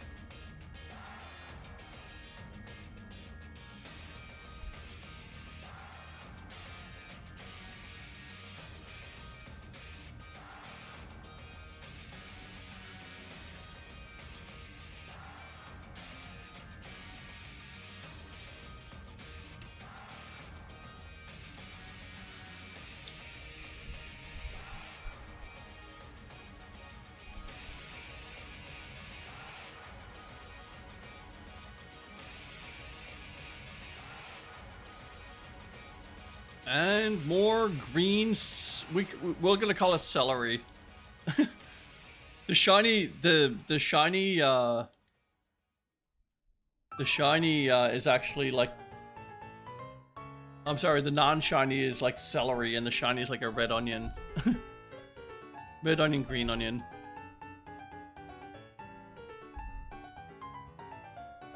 Honestly, the last legendary I think I liked. Miraidon and Koraidon or whatever. The legendary doggos, like, whatever. I think the last legendary I probably liked was Eternatus, maybe, or Necrozma. Yeah, Lunula and Solgaleo. I like Lunula. Lunula. God, Lunala. I was like trying to pronounce that for a sec. I like that one, but yeah, I haven't been like anything decent in a couple of gens, in my opinion.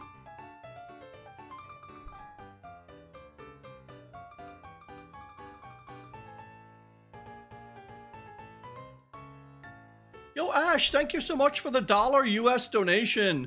Lunala, yeah, I'm like Lunululala.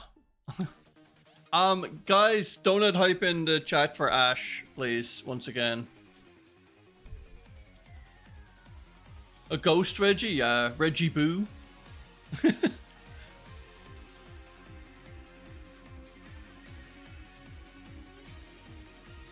Regieleki, yeah, that's PTSD right there. Thanks once again, Ash, appreciate that.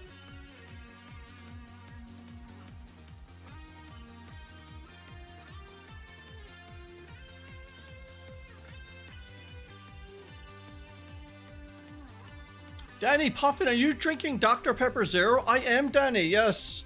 Lately, it's been my go-to, like, zero sugar pop. I'm having one today. It's, here it is. It's in French, obviously, because of Canada, but if I turn it around, it's in English, sort of thing. Yeah, it's a good drink. I like it.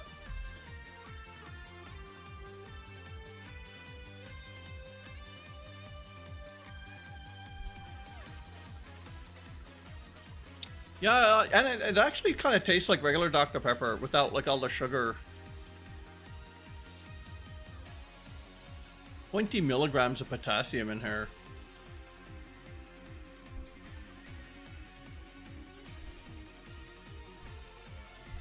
"41 milligrams of caffeine.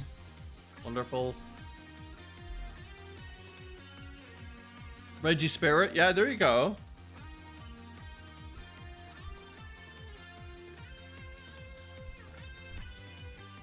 Oh, you got your appetite lost? Yeah. I get that. I hear ya.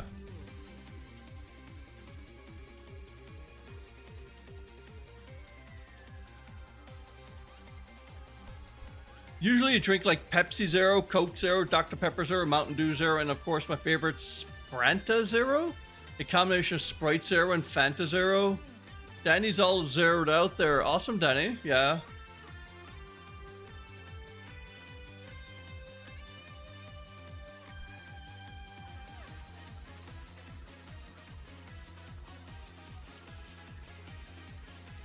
A lot of soft drinks, yeah.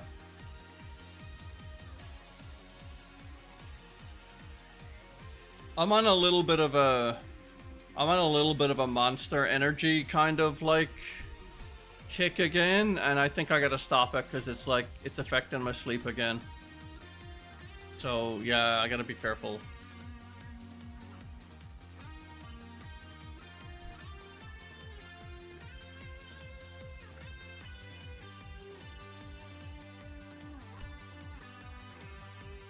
Yeah, water, yeah, exactly.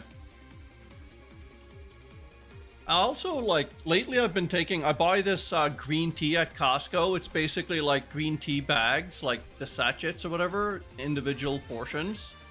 And I'll take like 3 green tea bags and I'll put them in like cold water and in a huge water bottle, and I'll like put it in my little mini fridge overnight, and it'll steep overnight, and I drink it the next day, and it's so refreshing. It's actually pretty good. I like it. Plus you get all the good benefits of green tea, and it's a little bit of a caffeine kick as well. I've been doing that a lot lately.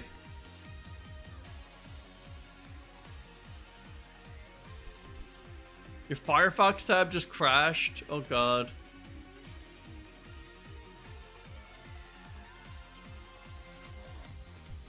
We're at 12:02, guys.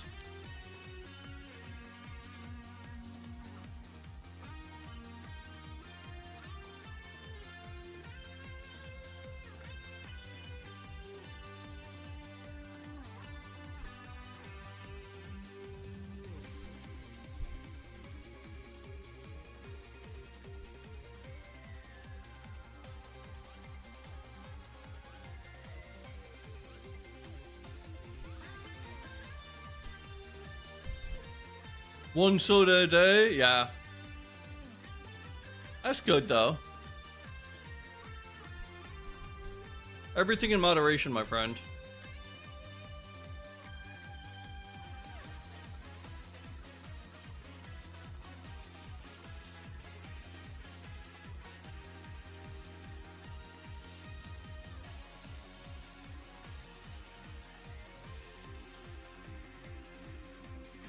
Get that onion fairy.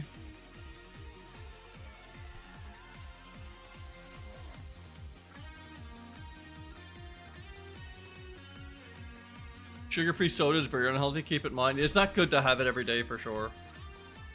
I'll have like one of these Dr. Pepper Zero. Like I'll buy a case and Jacob robs it a lot, but yeah. A lot of sodium in it too. Let's see what the ingredients are in this one. Carbonated water, caramel color, phosphoric acid, aspartame, sodium, benzene, whatever, caffeine, acesulfame, potassium, natural and artificial flavor, sodium phosphate, and PEG PEG.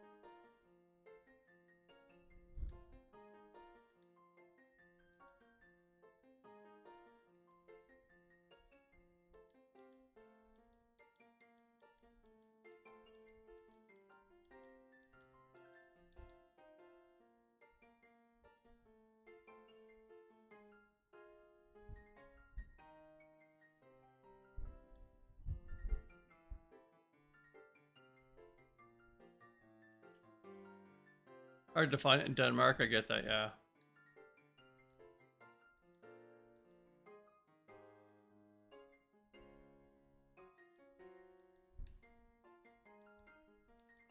Yeah, in Canada and the US, it's like Canada gets all the United States stuff. Actually, sometimes Canada even gets more variation because a lot of food companies in the United States, like food and beverage companies, uses the Canadian market as a test for how well it would sell in the US. So like, in a way, the Canadian market are like, sometimes we're guinea pigs. So like, we'll have like 12 types of Oreos on the shelf at one time. And then people from the US are like, holy crap, like you guys have birthday cake Oreos, like Bart Simpson flavor. How do you get that? And it's like 3 months later, it's like in the US. And it's still like an American company that or whatever, but like what they do is they test Canadians first before they give it to the market in the US. So we get all kinds of like the flavors of different things before the US.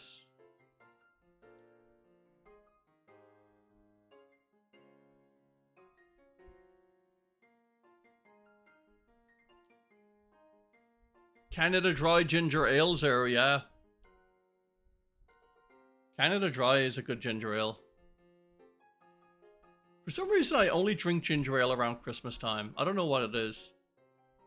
Cool drink, by the way. Ginger ale with a little tiny splash of cranberry juice. It's really good.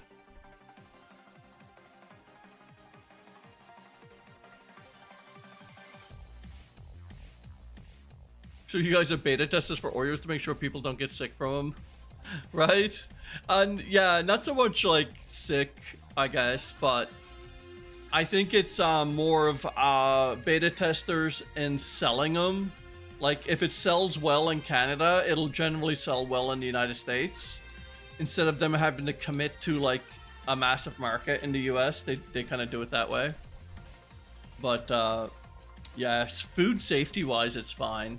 It might be gross, it might be disgusting, but it's kind of weird because we see things like the States never would get, and because if it fails there, it just fails. Like, I don't know how many times Coke will like introduce a new flavor, and they introduced a new one recently, and they said it was going to be a main flavor. It was like Coca-Cola Spice, and all it did, it just tasted like raspberry. and then they like said it was going to be a permanent new flavor, and then they like pulled it. It's like so much for permanency.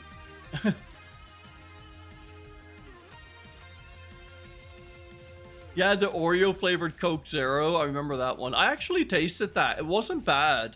It wasn't something I would have every day or every couple of days. But like it did taste like it tasted like if you were eating Oreos and drinking Coke. That's exactly what that whole thing tasted like.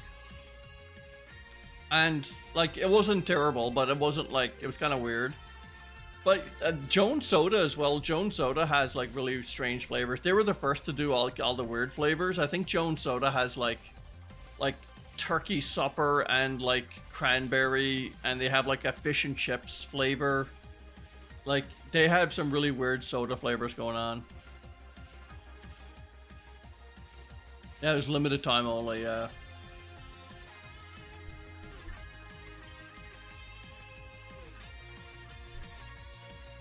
12:20.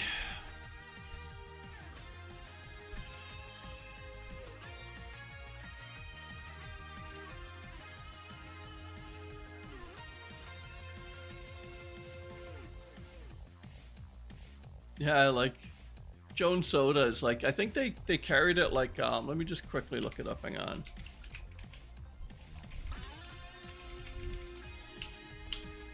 Is it?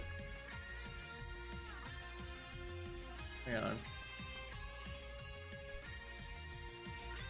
Maybe it wasn't Jones Soda, but Jones Soda had a like a turkey and gravy.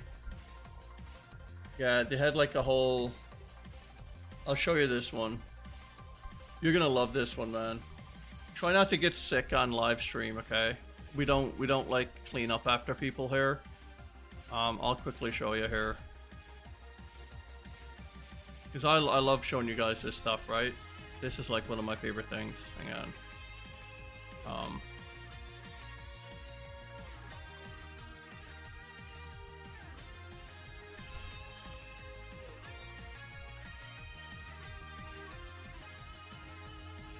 Yeah, there it is there. It's like turkey gravy soda. Isn't that amazing? Special release. So amazing, right? The fish and chips, there is a fish and chips one, but it's not from Jones Soda. Okay, that's disgusting. Places where they have their own Mountain Dew flavors, like Taco Bell, the Mountain Dew flavor was Baja Blast. Interesting, yeah. 2348 Alp, that'd be cool. I'd like to see that.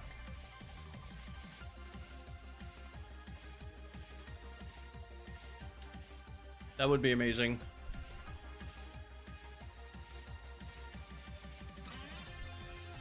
Yeah, type in like when I say don't Google it, you have to Google it, okay? Type in like Jones Soda weird flavors, and then you'll see like all their strange stuff.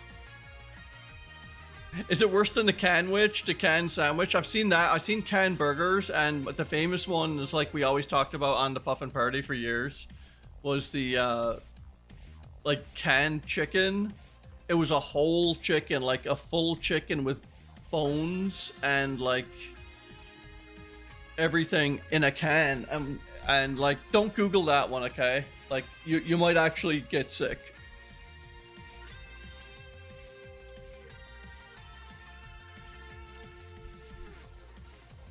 Little Caesars has like a mango flavored Mountain Dew. Oh yeah, cool.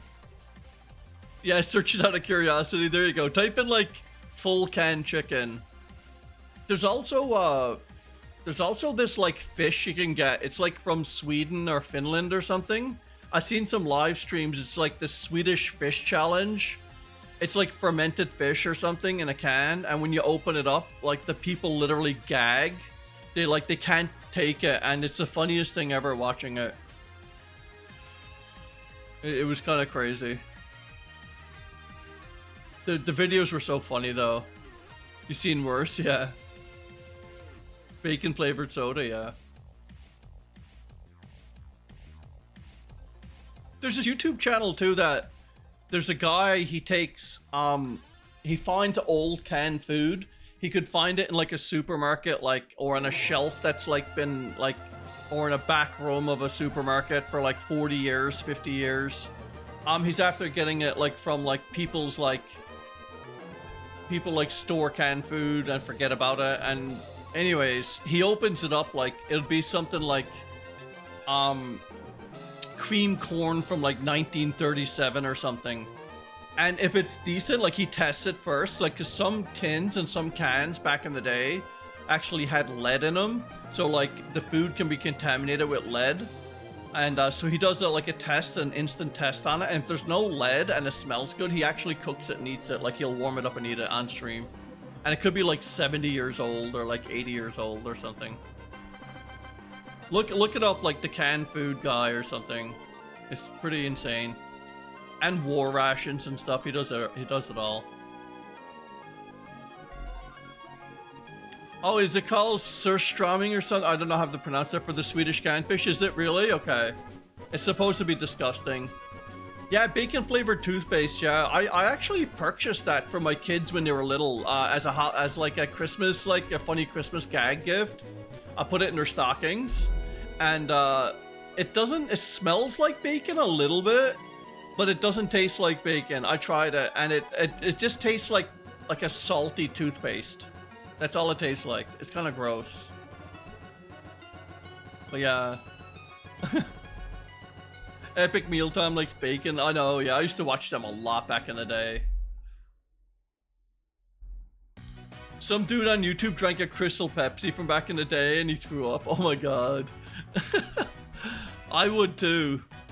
I used to watch Epic Mealtime back then when I grew out of it, mainly because the cooking skills are overbearing and calic. Yeah, it was funny when it first started, but they kind of got boring after a while. It was the same old, same old. Let's go to Wendy's and order 100 burgers and make this massive burger lasagna. And it's like, okay. It was kind of funny to see it, but it was always a waste of food and like, and kind of weird. Not skipping a Gen 3 song? What is going on? I don't know. Maybe I'm not right in the head today.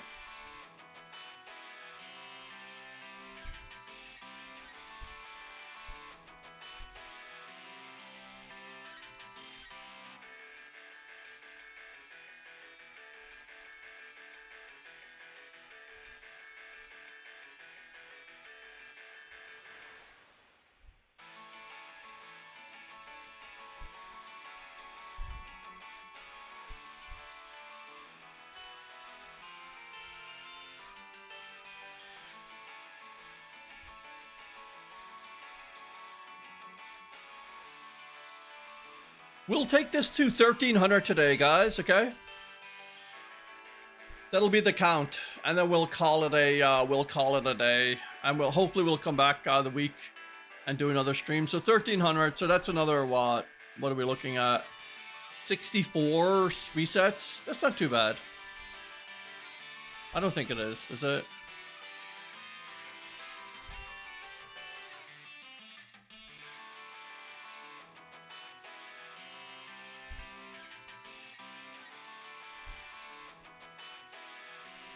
Tends to go quick. I shouldn't say 64 resets. 32 resets, because we're counting by 2, yeah. So yeah, we're counting by 2. Which will probably work out to be another 15 minutes or so, 15 or 20 minutes, maybe? I don't know. How many resets do I get in per minute? Does anyone want to time it? Let me just see. I can time it. I got my timer going. How many resets do we get in a minute? Let me see. Alright, so I'm going to increase my count. I'm just going to reset right. It's 42:40. Hang on, let me just do it as an even time. Okay, reset. Let's just see. So I did it at 40 seconds. And let me just see how long this takes. See you, Danny. Thanks for hanging.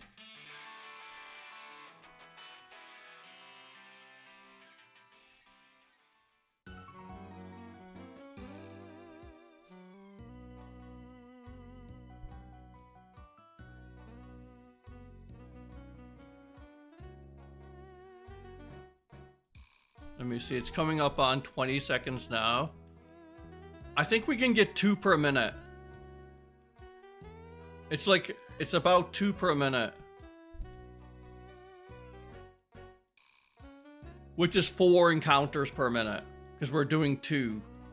Yeah, it's literally exactly 2 per minute. So it's once every 30 seconds we restart these devices, and we're doing 2. Yeah, it's about that. Okay. It's about, so we're getting like 4, we see 4 Celebi every minute, which is pretty good. So like in an hour, we see 240 Celebi. I guess. Maybe, was it right? Yeah. Oh, probably around 8, I was way off then. Yeah, it's about 2 a minute. Well, 4 really, because we're doing...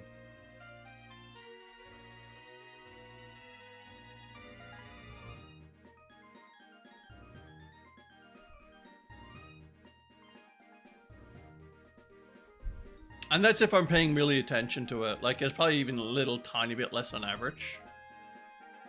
Because I read chat as well. Hey, Pokemon Grant, how's it going? What's up? Welcome.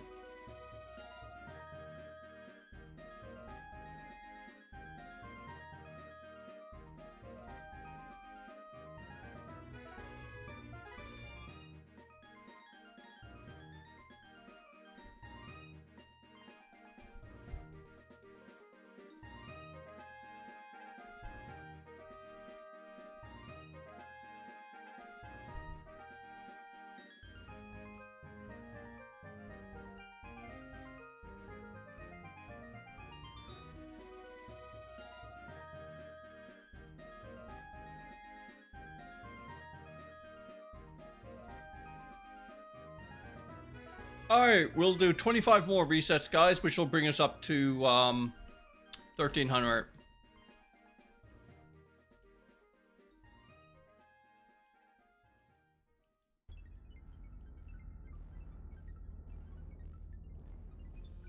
So like another 12 minutes or so, I think it'll be. 2 per minute.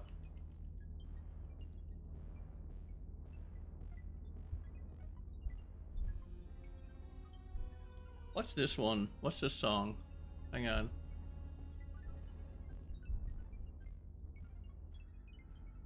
on. Deep Within Team Galactic HQ, cool.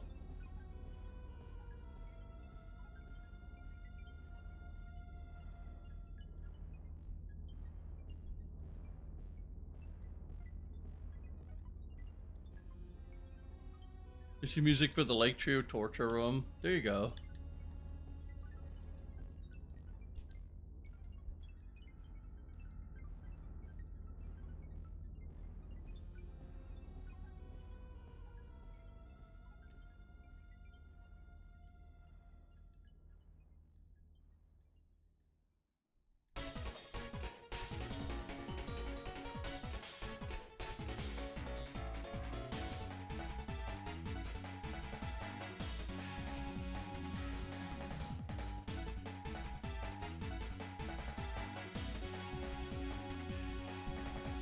The training machines.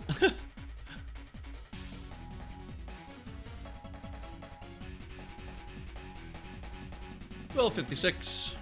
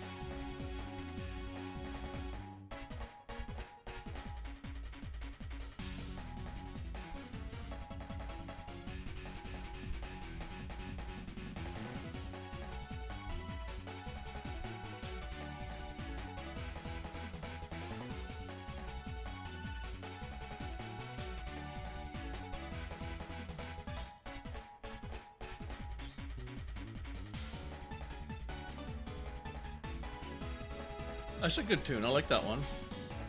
Black and White 2 Battle Rival.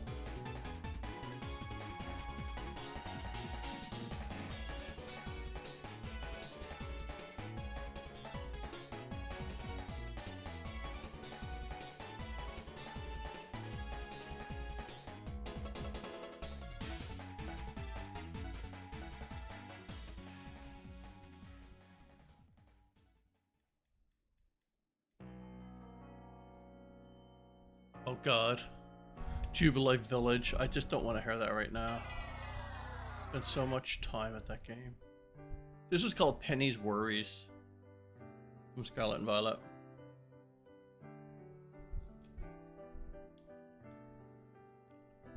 $12.64.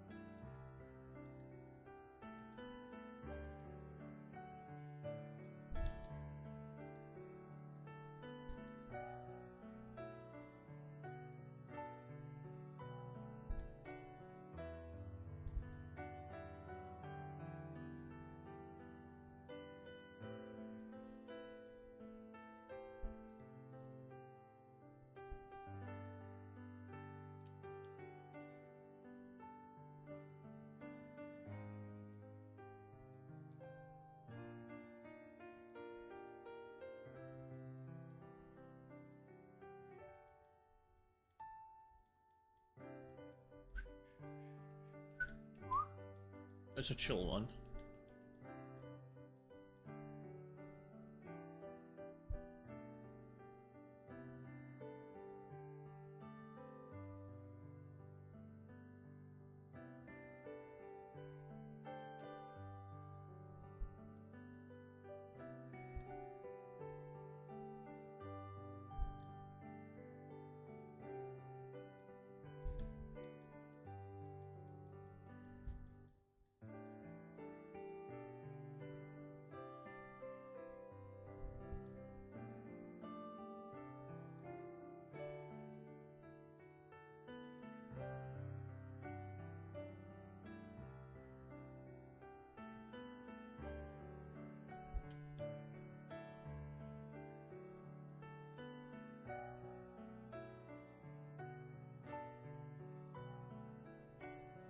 Alrighty, another 28 more or 14 more resets to go.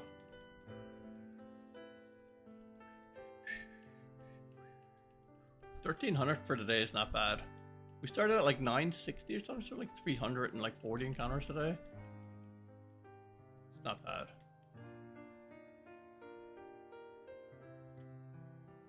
I'm just resetting it so quick, I just hope I don't reset over it.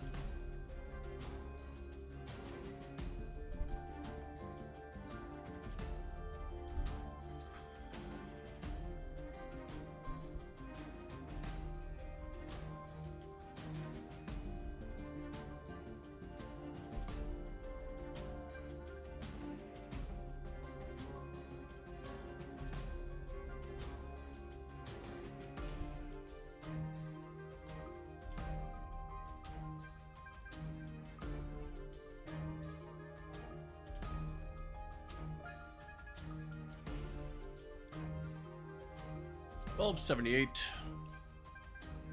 This is called Battle in the Cave. Another Scarlet and Violet one.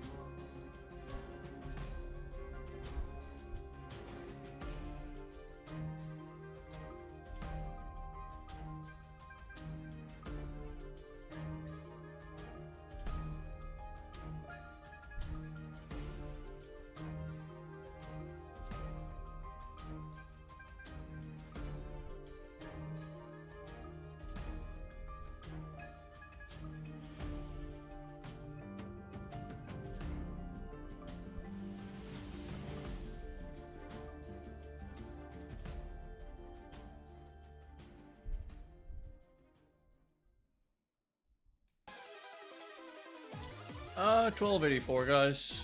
Almost there.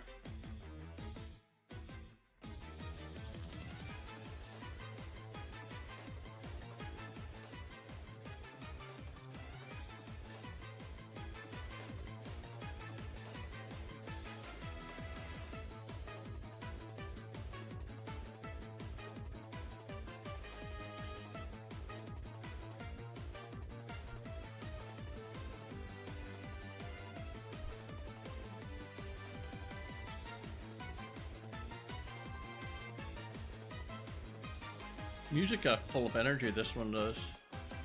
Masters EX, cool.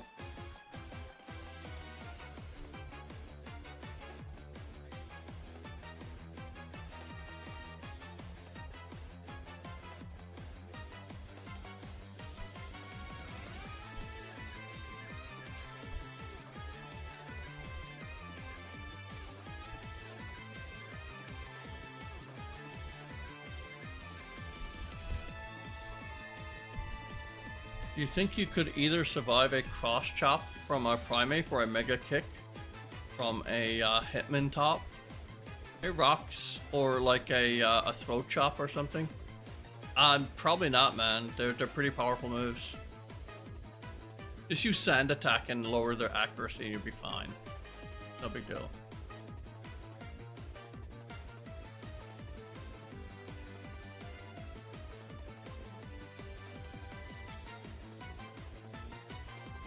Moving right along. 5 more resets, guys, and we'll call it a day.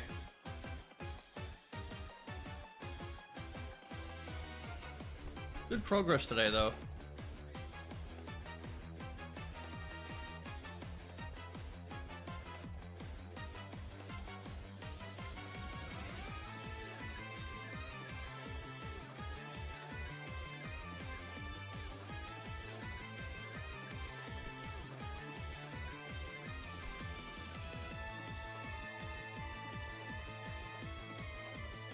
Yeah, he keeps sand in your pocket for surprise attack too. Yeah, no, you got to, man.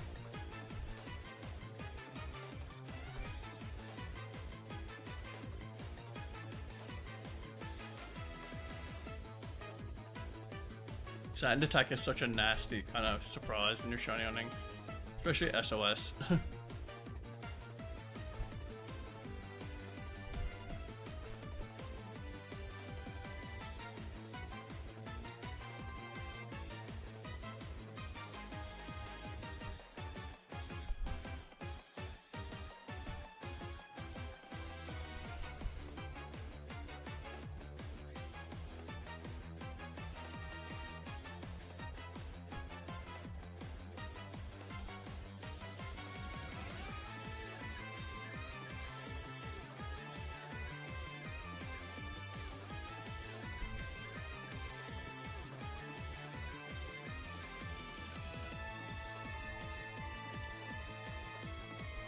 Common to keep sand in your hand, especially in arid climates. Oh, really? Is that? Did you just make that up? Why would you? Like, I'm from Canada. I don't keep snow in my pocket. I'm just joking. Keeping bottles of acid to increase your defense. There you go, right?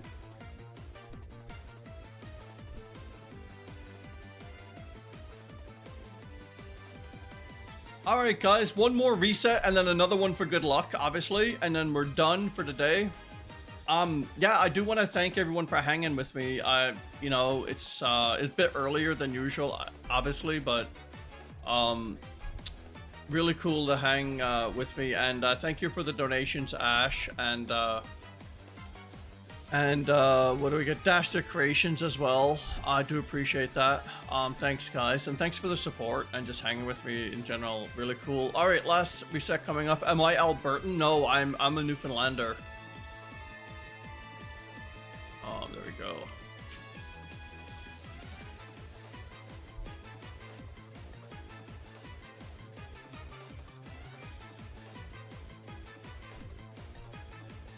You prefer the earlier streams? Yeah, cool.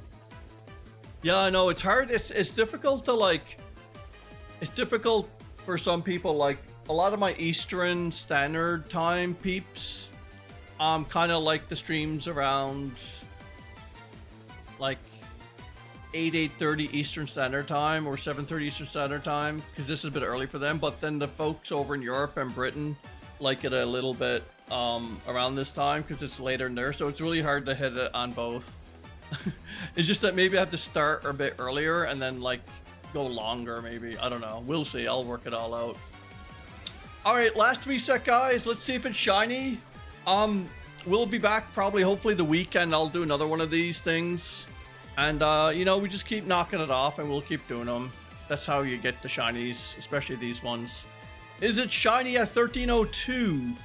No shiny today, guys, as expected because of the odds. But thanks for hanging once again. I appreciate it. I'll see you later on the week, guys. Chill and peace and have a great rest of your evening. And go get your shinies, okay? See you guys.